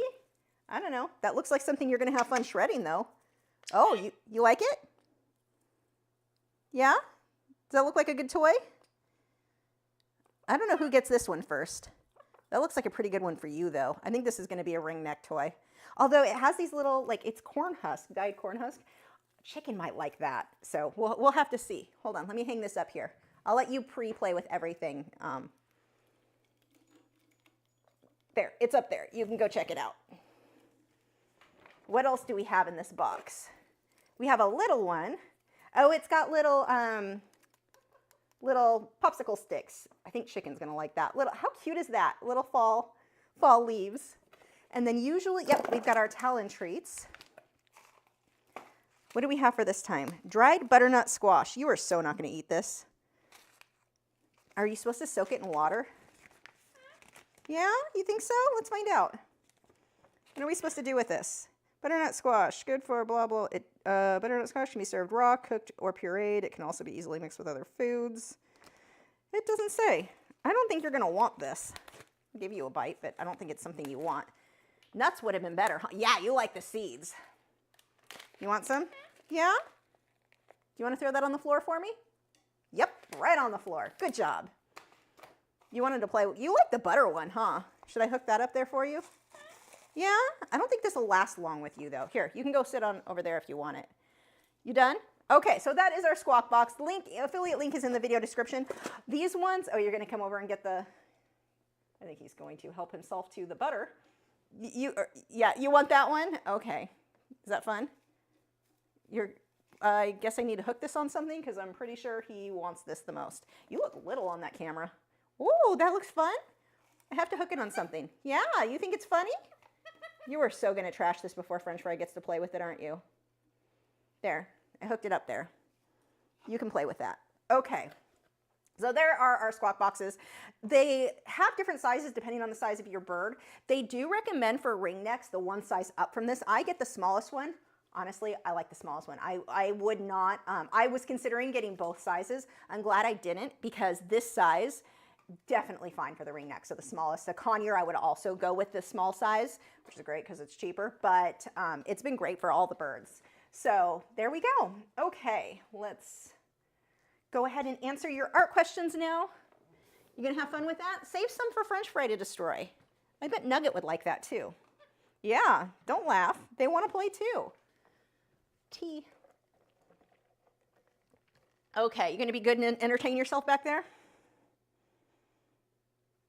Yeah? Okay. We have, our first question comes from Atasha, who said, it's fine to use watercolor pencils. Is it fine to use watercolor pencils in conjunction with normal colored pencils when drawing as long as I don't activate the pencils with water? No, because they are water-based. If you, like, you could put watercolor pencil down first, no problem. And then your regular colored pencils. What happens, like if you're going for something that's gonna be archival, they're water-based. So the oil and the wax can stick on top, no problem. But the reverse is not true. Those colored pencils, or the watercolor pencils are not going to stick long-term. What are you doing? Why are you down there? I'm concerned. I don't wanna hold you. I would rather you, no, don't bob your head. Stay up here, come play up here. But, oh, please, let's not do that. But anyway, oh, the joys of a ring neck. But yeah, it's the watercolor pencils, because they are oil-based. I guess you're going to come on up. You know what? Let me get, hold on.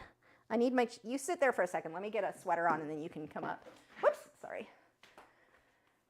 Because you don't have, yeah, you don't have anything to grip to if I don't have sleeves. Then your nails are scratchy and it's a whole thing, and I kind of want to hide the microphone from you better. So we'll just go ahead and throw this big flannel on. But you know, if you sit up there, that's just better. I gave you toys. You should hang out up there. Okay, but no, the watercolor pencils are, this is going to be very distracting and I apologize, but the watercolor pencils are not going to stick well on top of the colored pencils long term, so you would end up with an archival issue. And then depending on how you're blending, like are you going to blend with OMS? Not great for watercolor. That's not going to really activate well with OMS. Great. I don't see where this could go wrong. They're not going to act like, no, don't mix them. Now you could do watercolor pencils and then colored pencil on top, no problem, but just don't do the reverse. Please don't bite my face. You gonna give a kiss? Thank you. Oh, he wants to play, he's playing peekaboo. We're supposed to do this. Peekaboo! Yeah, I guess we're gonna play peekaboo now. Peekaboo! This bird is a crack up. We're done with peekaboo. I'm trying to work. I don't need kisses, I'm working. The problem is he might get frustrated with me not paying attention and start biting for attention. Thank you. Let's see. Teresa said, do you load your tool heavy with color or dab excess off first before putting it on the paper? Oh, good question. And I typically load it pretty heavy, but then let's not do that. But then I dab it off on Viva paper towels or an old t-shirt. I like that better than regular paper towels. It sticks better. But yeah, I do usually, especially if I'm mixing colors, I almost always tap it. I've got too many pencils over here, but I usually tap it on my paper towel first. Usually, not always though. It depends on how thick I need it, like if it's going on thick enough as is. No, you cannot have the microphone. You see it, don't you? Leave it alone. Really? Is this necessary? I liked it when you were on. I brought in that whole thing for you and I put toys on it. I am not your jungle gym. Mouse Potato said, why Spectrafix and not brush and pencil fixative? Brush and pencil fixative is for the brush and pencil product specifically for a powder blender. That is what it was created for, not for pan pastels. So for pan pastels, I like the Spectrafix better, but the brush and pencil, it doesn't play great with pan pastels or with pastels because that's not what it was created for. Good question. Justin said, so only light first colored pencils you use. What? Thank you for the kisses. Thank you. I know. Thank you for the kisses. Oh, thank you. You're making this very difficult, sir. Yeah, I love you too, but seriously. Oh, thank you. Let's not bite my mouth because you didn't get enough kisses. Usually he kisses my nose. We don't usually do mouth kisses because you don't need, people have bacteria in our mouths that are not good for turkeys. Turkeys don't need mouth kisses. Nose kisses, like that. Okay. I'm not sure what that question is, Justin. So only light fist colored pencils you use. I have no idea. I may just not be processing it because I have a sky shark on my shoulder. I don't need kisses. Thank you. You want peek? He doesn't understand that I'm talking to you guys. He just thinks he needs nonstop attention. Really? Thank you. I know, I love you too. Did we have enough kisses? Look at all these fun toys. No, I don't want any more kisses. He's gonna end up biting my mouth for not kissing him enough. Fun thing with birds, when they love you, they think that it's an abusive relationship. They, if they are not getting what they need, they let you know with bites. Yeah, no, not my glasses. Okay. Dina said, how can I transfer an outline to a drawing that will be in watercolor if I don't want to freehand it? You suggested only using water-soluble graphite pencil for the outline if it is watercolor. I've used, it depends on the colors you're going with. Because you have to be careful. No, you have to be careful. Thank you. I don't want more kisses. You have to be careful with, you're going to make this impossible. I cannot focus with you doing this. Come here. Yeah, I know. I love you, and we didn't really hang out much yet today. Here, go up there. Oh, thank God. Please stay there. Let's see if I can focus now. Okay. So if I'm using, you have to be careful even with the water-soluble graphite pencil because even that can bleed into your colors if you're using light colors. Oh, good, you're back. If your drawing is like dark, you're using really dark colors, you don't really have to worry one way or another. I know most watercolor artists I know still use a pencil, a regular graphite pencil. They'll just use like a 4H or something really, really light. Excuse me, I just burped because I'm a classy lady. Yeah, you like that too? I could blame it on Loki. It was him. He burped. Anyway, please don't. I don't want to play peekaboo. He's trying to get me to play peekaboo. Fine. Peekaboo.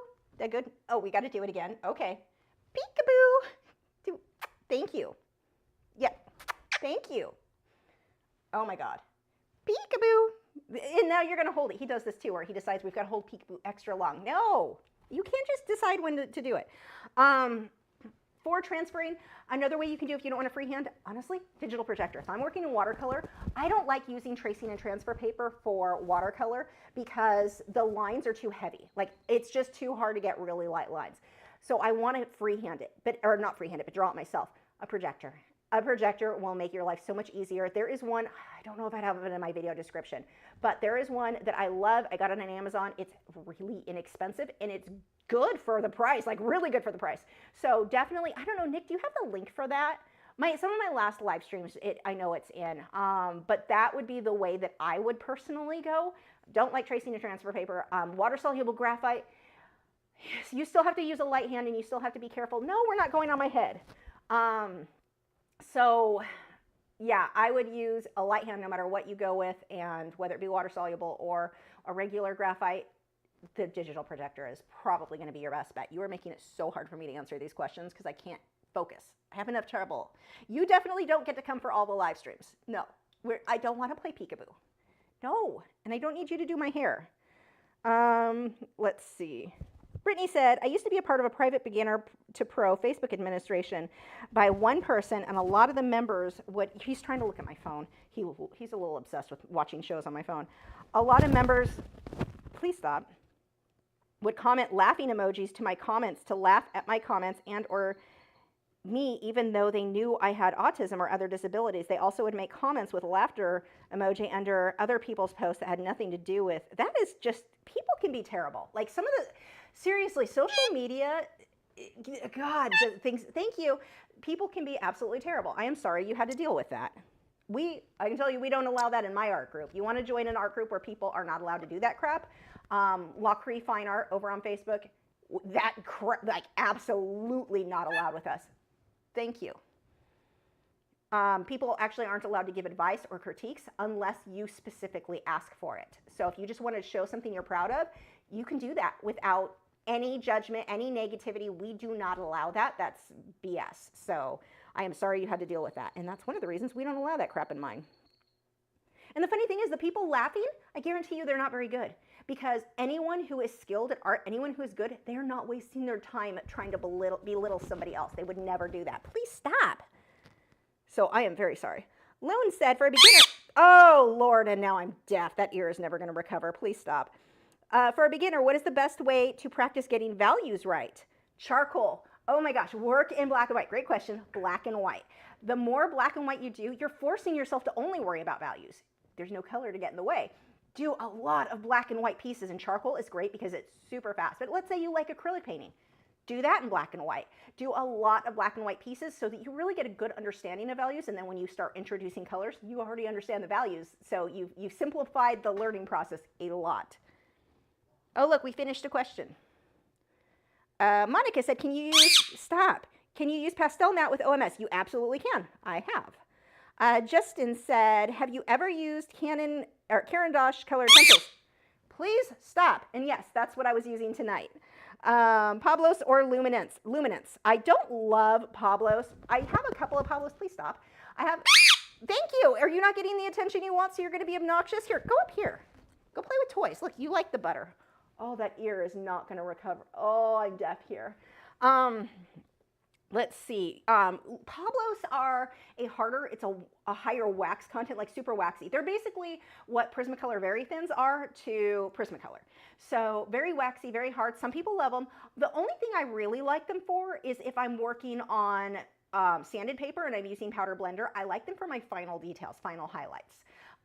They don't work with Powder Blender itself, but like for the final highlights that I'm not going to blend out, then I like them. But the Pablos too, they're not all light fast, not like Caran d'Ache Luminance. So I have like black and white and a couple of colors, but I don't like buy more unless I needed more white for details on stuff. Oh, I like it when you're back there. Let's see. Gail said, random non-art question. In your experience with keeping birds, have you ever had one fly away? If so, what did you do to get it back?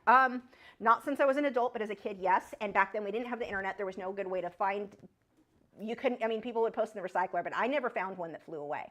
I've found ones that flew away from somebody else. I had a zebra finch because I found him outside of my apartment. A cat was trying to get him, so I saved him. Luckily, I was able to catch him. But I had a zebra finch that I found, and I had a friend that found a cockatiel. Actually, one of my friends locally that lives near me, he found when they weren't able to find his owner, so he kept it because he already had cockatiels. But one of his cockatiels flew away. The way that he found it, two of his actually flown away, but one that flew away, he was able to get back. They found him in a neighbor's yard, and one of her, I think her dog or a cat was trying to get to it, and they were able to save him, and he was fine. But then apparently he didn't learn his lesson, and his other one flew away. And somebody opened the door, and the bird just took off, and they did not find her. They kept spotting her, but they never found her. So we're hopefully she's living happy with somebody else. He ended up finding somebody else's bird. You know, he put ads, but no one claimed the bird, so he ended up keeping that one, another cockatiel. But putting ads in like the recycler, contacting animal hospitals, anywhere you can. Like if you live in like your city page on Facebook, you could post there. If you have a local HOA group, post there. Normally, most birds, when they fly away, they don't go that far. Usually they don't have the wing strength, because even when they can fly, like his wings are right now clipped, we're letting them grow back out, but when he can fly, he's not going to be strong enough. Like even when he flies around the house, he doesn't have the stamina to go to like fly and fly and fly and fly. So most birds, when they fly away, they don't go that far from home. So if whenever that ever happens, you want to look close. You want to put their bird cage outside. And if you've got another bird, put that bird outside too in their cage, obviously. Make sure it's clipped well enough that they can't get away, because the bird may come back to its buddy that it knows. It depends on the bird. If it wouldn't work with him because he doesn't like he avoids our other birds. French fry, yeah, love you. French fry is a bit of a bully. My parrotlet this big wants to chase him off. French fry has a Napoleon complex, typical of parrotlets. But if they have another bird, what are we doing? If you have another bird, you want to go over there? I don't know if that's a good idea. If you have another bird in the house that the bird likes, putting that outside so it hears that call, it might bring it back to its cage. You want to go on there? You can jump. You can reach it. Good job. Now stay up there. But those would be some of the tips that I would have. His previous owner said he did fly away, and that's why they had clipped his wings, but he could fly. He walked across the street to come home. They found him walking across the street like, coming home, guys. So, yeah, for us as adults, like my birds flying away were always when I was kids, and I was just not careful enough. I had a parakeet I think it was just a parakeet. I think that's all I've ever had fly away that I can remember. I've known friends that did. I'm super, super paranoid. One time having a parakeet fly away and being heartbroken, I am so paranoid now. So chances of it happening, hopefully, I've minimized that risk. But in clipping the wings, that's the thing. A lot of people think if you clip the wings, they're not going to fly away. Yeah, he can fly. His wings are clipped. His wings right now, I keep them clipped when they're brand new into a house, just while they're getting used to things. They can't fly as fast or as, like, I don't want him flying. You want to come up? I don't want him flying like into something until he's really gotten used to the home. So that's why his wings will grow back out, and you'll be able to fly again. Huh, because you're used to, you're used to this house. So those are my tips. The first thing, put your bird cage outside, look close to you, look in your neighbor's backyard. They just aren't used to flying long distances, so our pet birds are not going to go that far. Did I get a scratch on my cheek? I think that is that's Pastels. Did you get it on your beak and you wiped it on me? Because that could definitely be the case. I don't want to play peekaboo. Fine, one time. Ready? Okay. Are you doing it? You're not even doing it. Oh, now you're doing it. You can't just decide when we play. Let's see. Where was I? Red Metal said, so I've been working on a portrait of my girlfriend. She is Korean and she has pale cream color for her skin tone. The picture she wanted done is not the best and the shadows are gray, so I have a real hard time trying to create the picture with her color tone. I don't do gray at all on people portraits. I would do purples. And it will seem super colorful, but it will look really pretty. Purples and reds. Those are the colors I'm going to use in my shadows, like deep purples. But I'm not jumping to grays and black on portraits for the most part. Like even if it's someone with super dark skin, it's not going to look great usually no, we're not going up on my head. It's not usually going to look super great when you're using black, unless your background is straight black and they're like coming out of the shadows, then you're going to be pulling more blacks in. But even even then, onto the skin tones, I'm going to do purple first and then have it fade into the black. I'm not going to go cream tone into black or into gray.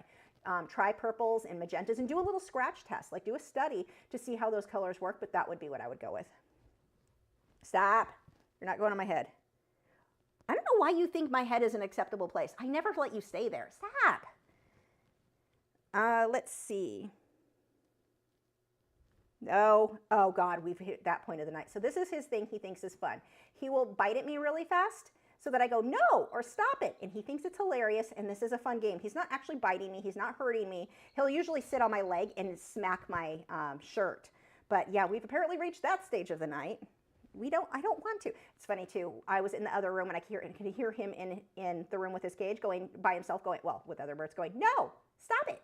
No. He thinks it's a fun game. I'm deaf. Thank you. That is really unpleasant. Let's see. Justin said, do you take inspiration by any of the colored pencil artists like Ann Kohlberg? Not Ann Kohlberg. That's a whole other thing. But yeah, no, some other artists, yeah, absolutely. Like Jesse Lane. I love Jesse Lane's art. Oh my gosh, his wife's amazing too. Yeah, definitely. I see other people's art, and like the thing that inspires me with Jesse's, his contrast, his values, the darkness in his, oh, I absolutely, definitely feel inspired by his. So yeah, definitely there are some other artists that I absolutely love and absolutely inspired by, for sure. Jesse Lane's the like top of my list. He's been doing a series like with a lot of ocean stuff and seashells and seaweed and stuff, so of course I love it.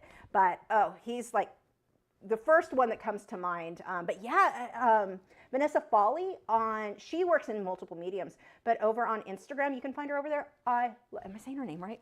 I love her work. Let me see. Instagram. I'm pretty sure that I got that right. Vanessa. My Instagram wants to just be as slow as possible. Yeah, Vanessa Foley or Foley. I'm not sure if I'm saying that right. She's absolutely amazing. Yeah, definitely. Different artists of all mediums. Here, you can go up there and leave me alone. Yay! Play with your butter. You've got mashed potatoes to play with. Here, look at that. Look at all that fun. But anyway, yeah, definitely there are other artists I take inspiration from, and yeah. Let's see. Red Metal said, okay, I'll try lavender, but I'll try a darker purple. Thank you very much. Yeah, and even oranges, colors that you don't think need to be in there. Look up portrait artists and look at the colors they're using.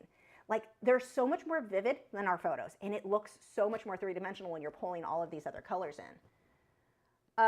Let's see. Zay said, how come the streams don't get so many attendees, even though YouTubers have so many subscribers? 120 out of 300,000 is crazy. Yeah. Oh, I'm not believing my phone there. I made that mistake the other day. I have a new screen protector because of it. He loves the phone. YouTube's algorithm sucks, and they don't let people know anymore. I mean, sometimes people subscribed 12 years ago and they don't paint or draw anymore. So you're going to have that. But also, and my channel's very old, so I'm going to have a lot of that. But YouTube does not promote our work anymore. It is very hard like, we don't come up in feeds at all. Search engines don't work anymore. So let's say somebody's like colored pencil tutorial. 5 will show for the list. If you didn't make the top 5, they're not finding you. So before, the way YouTube worked, somebody would, and this isn't just live stream, this is all our videos. If you made a video like how to paint a sky shark in acrylics, if you type that in, the top 5 under that are that you could go hundreds of pages, hundreds, like Indian ring neck, hundreds and hundreds of pages, and until you found the lesson that you wanted. You can't do it anymore. You see 5 results, not 5 pages, 5 results, and then suggested for you, similar to your search. The search function is absolutely useless on YouTube anymore, and I hate it both as a creator and as a user, because I don't see, you know how much stuff, like I have YouTube Premium, which I love and I do recommend, because no ads, and that's no ads. But I thought when I signed up for it, I'm like, I'm gonna find so many new creators now because I don't have to sit through ads to find out if I even like that creator. So I'll find, no, you can't. I've used this example before. Stream Deck, Elgato Stream Deck, most popular stream deck for live streaming. I'm like, there's gonna be tons of pages. 5 results, and like 3 of them were not in English. And that's what YouTube would let me see. I couldn't find a bunch of different creators until I found the one that was going to teach, show me what I wanted to learn. Wasn't even a thing. YouTube, they do not have a functioning search thing anymore. It's too much. Where are we going? Was that necessary, sir? And now you're on the floor. You want to come back? Well, I'm not going to come get you. You can come walk your butt over here. He's just strolling across. Come here. Come on. Oh, yeah, well, you just sit there. Oh, now you're going to scream because you're on the floor. You did it. Come on. I will help. I need to put a rope because he can't climb back up on his own. There you go. So anyway, yeah, that is why people don't know I'm here. I mean, maybe I'm boring and there's a lot of people, like, I don't expect to have that many, but yeah, I should have more than what I have. And there's just no, the search function doesn't work on YouTube anymore. Neither does Google. Google search is near, I don't want to say useless, but I mean, they'll give you like, let's say 30 results or 100, maybe 100, I don't know. They'll give you a certain amount of results, but most of it is sponsored and it is not always what you're looking for. So like I did a search, a Google search. I wanted to see examples of oil pastel paintings so I could kind of get an idea of like the best of the best so I could try to be as good as them. And because I hadn't used them in a while, there were hardly any came up on that search. And I know there are tons of oil pastel artists out there. Can find them. Google was like, no, we decided this isn't what you really want. You really want to see this. That is what Google does now. Google and YouTube, it's the same owner, and it's crap. As a user and a creator, it is very hard. We don't get views. I mean, that's just how YouTube is for everything now. You don't, when it's all social media, Facebook, all of that, unless you're paying to promote the post, which gets very expensive. I did an experiment. I was spending up to $400 a month on YouTube ads. Wasn't worth it. At first it was. First couple months, I was reaching a lot of people. Great. Not anymore. Then it just tanked, and for the same amount of money, wasn't reaching anyone anymore. I wasn't getting the results at all, but I'm still paying them. Where I was, I canceled it. I couldn't make. You have to spend, thousands of dollars a month for those ads to really work. If you're thinking, oh, I'm going to put $30 in ads, don't bother. Do not bother.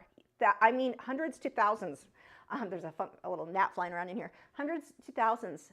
Like many, many hundreds, more than 400, more than that, before those ads actually do you any good. So unless you're some big company like Pepsi, those ads are not helping that much. So yeah, and I know of artists who are spending $10,000 every month, or $5,000. Oh God, what did it work out to be? I forget what it was. It was like $15,000 per quarter, I think it was. They were spending on ads, and their return was worth it by a lot. I don't have that much money to put into it initially. So, and that's what happens with small, like Facebook, and all of these companies are not really that great for small business anymore. They used to be. It is very, very hard to reach anyone anymore. So the best thing you can do, if there's a creator that you like, share it everywhere. Share that on your Facebook, share it on Twitter, share it on whatever. Because YouTube, when you hit that share button, they're like, oh, more people liked this. They were willing to interact. They were willing to share. Leave a comment on everything. And I know you do all the time. You were the one who does the laugh track when I was laughing. Yeah, I think you were the one who was leaving laugh tracks for me, different parts on videos. I was cracking up at your responses. But yeah, you leave comments, like the video. There are things you can do to help creators, and that's the best we can hope for. Yeah, that's just the nature of YouTube now. You being good back there? You're getting to stay up an hour late past your bedtime. Saul said, thank you for everything you do. Oh, thank you. Let's see. I'm going to scroll up. Dina said, I don't have a digital projector. You can get one for, I can't say prices because I do the affiliate links, but it's a good price. It is not expensive. You can go buy one. And the one that I have been recommending to people, you can do a screen mirroring off your phone, and it's so easy. That's the way that I used it.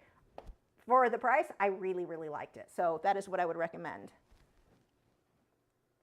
Let's see. Zay said, that's true because I didn't get a notification of the stream tonight, even though I was expecting one. So frustrating. So if you are not already signed up, sign up for my email newsletter. I send one out twice every Wednesday. I send one out in the morning that has an art tip, like a general art tip or some kind of motivation, something like that. And it also lets you know whatever live stream I have going up that day, or for Wednesday nights, and what Patreon lesson was that week too. So, or my merch and all that is also in there. But sign up for my email newsletter. The link, I bet the link in this description is not correct because it's probably my old AWeber one, and screw that company. By the way, let me tell. AWeber. So here's something we can talk about. AWeber was my newsletter, my email newsletter. They raised the price, and I complained about this recently. I didn't realize just how bad it was. And actually, did they end up charging me more too? Hold on, let's find out. AWeber, I sign up, I pay, like $200 a year on top of $50 a month. And they Let's see. What? Let me see if they, because I saw a bill and I'm like, you better not have charged me more. Adobe, Aweber. Okay, they didn't. No. Okay. I'm going to take some of it back, I think. Did they credit me that? Aweber, I think they credited me this. It looks like they get, yeah, never mind. I'm taking it back. So the way they worded it, I didn't realize they were going to credit your Aweber account, that $200, so that prepaying for $200 I paid for 6 months ago. And they worded in the email, when I read it again, I'm like, they said they were going to credit my Aweber account, not the account I paid for it on, because they just raised prices. But they went from $50 a month to $120 a month for my plan. I'm prepaid for, like, just let my account run and dry, like, let it run. So I had to find a new thing, but I just checked, they did deposit the money, so I'm not gonna, I was gonna talk way more crap, because they worded it, when I reread it, I'm like, they're not refunding me, like, prorating the refund on that 200, that initial 200, they are actually planning to charge, but it looks like they did credit me. So I will stop complaining about that, but no, they are absolute crap. Aweber is terrible. I'm currently using Mailer Lite, and I'm paying way less than I ever paid for. I don't pay the $200 a month or a year, that's gone, and I'm only paying like $40 a month or something like that instead of the $50 I was with Aweber, or $120 Aweber would have been. So I've been happy with it. It's not, you know, some of the features are not as fancy as Aweber's. I'm not paying $120 for a few extra fancy things. Like, it's not even worth it. So anyway, that is my rant on that. How do we spell Jesse's last name? Lane. Yeah, you think that's funny? Dina said, what about making my own transfer paper with scribbling with a water-soluble pencil on the back? I don't know how well that would work. I know regular graphite pencil will, but I'm not sure. The projector, check the link. It might not be as expensive as you think. They are way cheaper, because you know the one that I normally use, that one I paid like $750 for. That's ridiculous. This one is like, I can't say numbers. Somebody else can type it in the comments that knows how much you paid for the one I'm talking about, because I can't say it, because, you know, my affiliate link. Let's see. What are you doing back there? Where am I?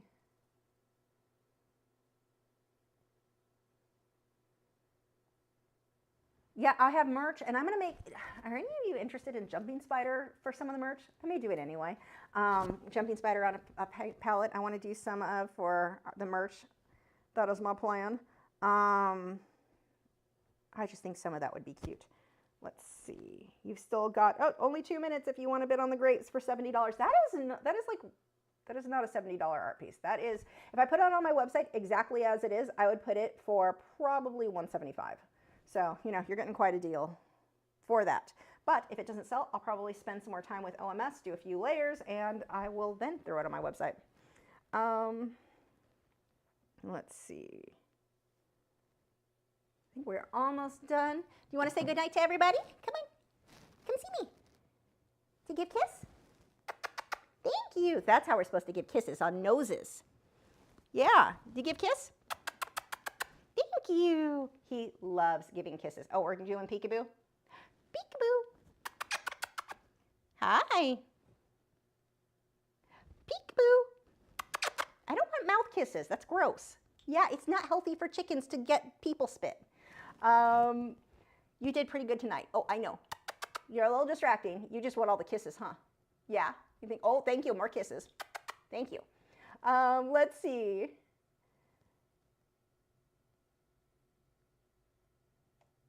Yeah, oh, make sure to check out our moderators' channels. Links in the video description. Clark Fine Art and Joseph Mincham have live streams all the time, even if Joseph and I disagree on how to varnish a painting. I'm laughing. He may be right, but his way of not doing it works just fine for me. So you know, there's just a difference of opinion there. But definitely check out their channels. They have live streams every week, so you get to chat with everybody and watch cool art, which is awesome. And we also have Nick Fine Art, who occasionally uploads edited content. Very rarely, but when he does, it's good. So definitely check it out. Hi. Oh, hi, kisses. Oh, peekaboo, sorry. Peekaboo. He actually talks a lot. He's not talking right now. He talks a lot. Yeah. I'll hear him in the other room going, peekaboo, peekaboo, Loki. I love when he does that. Loki, like he's in trouble, like he's doing something he's not. Yeah, see, Loki. I'm working on teaching him, my name is Loki, I'm a big fat turkey. See, my name is Loki, I'm a big fat turkey. Yeah, we're going to work on that one, huh? But yeah, he talks a lot, a lot. He's hilarious. Yeah, you're funny. You're not my chicken, though. You know that, right? Your dad's chicken. You're supposed to love him more. No, not my glasses. I think he just thinks I'm a big jungle gym. Anyway, thank you guys so much. I will see you next week. If you have requests of what you would like to see me paint or draw, what medium, whatever, leave it in the comment. Even if it's something that may take too long, I may be able to adapt or do something similar to what you're requesting. So leave comments. Let me know what you want to see. Also, if you're members over on Patreon, again, as little as $6 a month, you get access to all of my longer videos. Let me know too if you have requests there. I had someone wanted, I think it was a colored pencil horse. No, acrylic horse. So, you know, I've got a lot of requests that I will work my way through. Let me know, where are you going? I will see you guys next week. I can't reach the buttons because you're on my arm. This is inconvenient, Loki.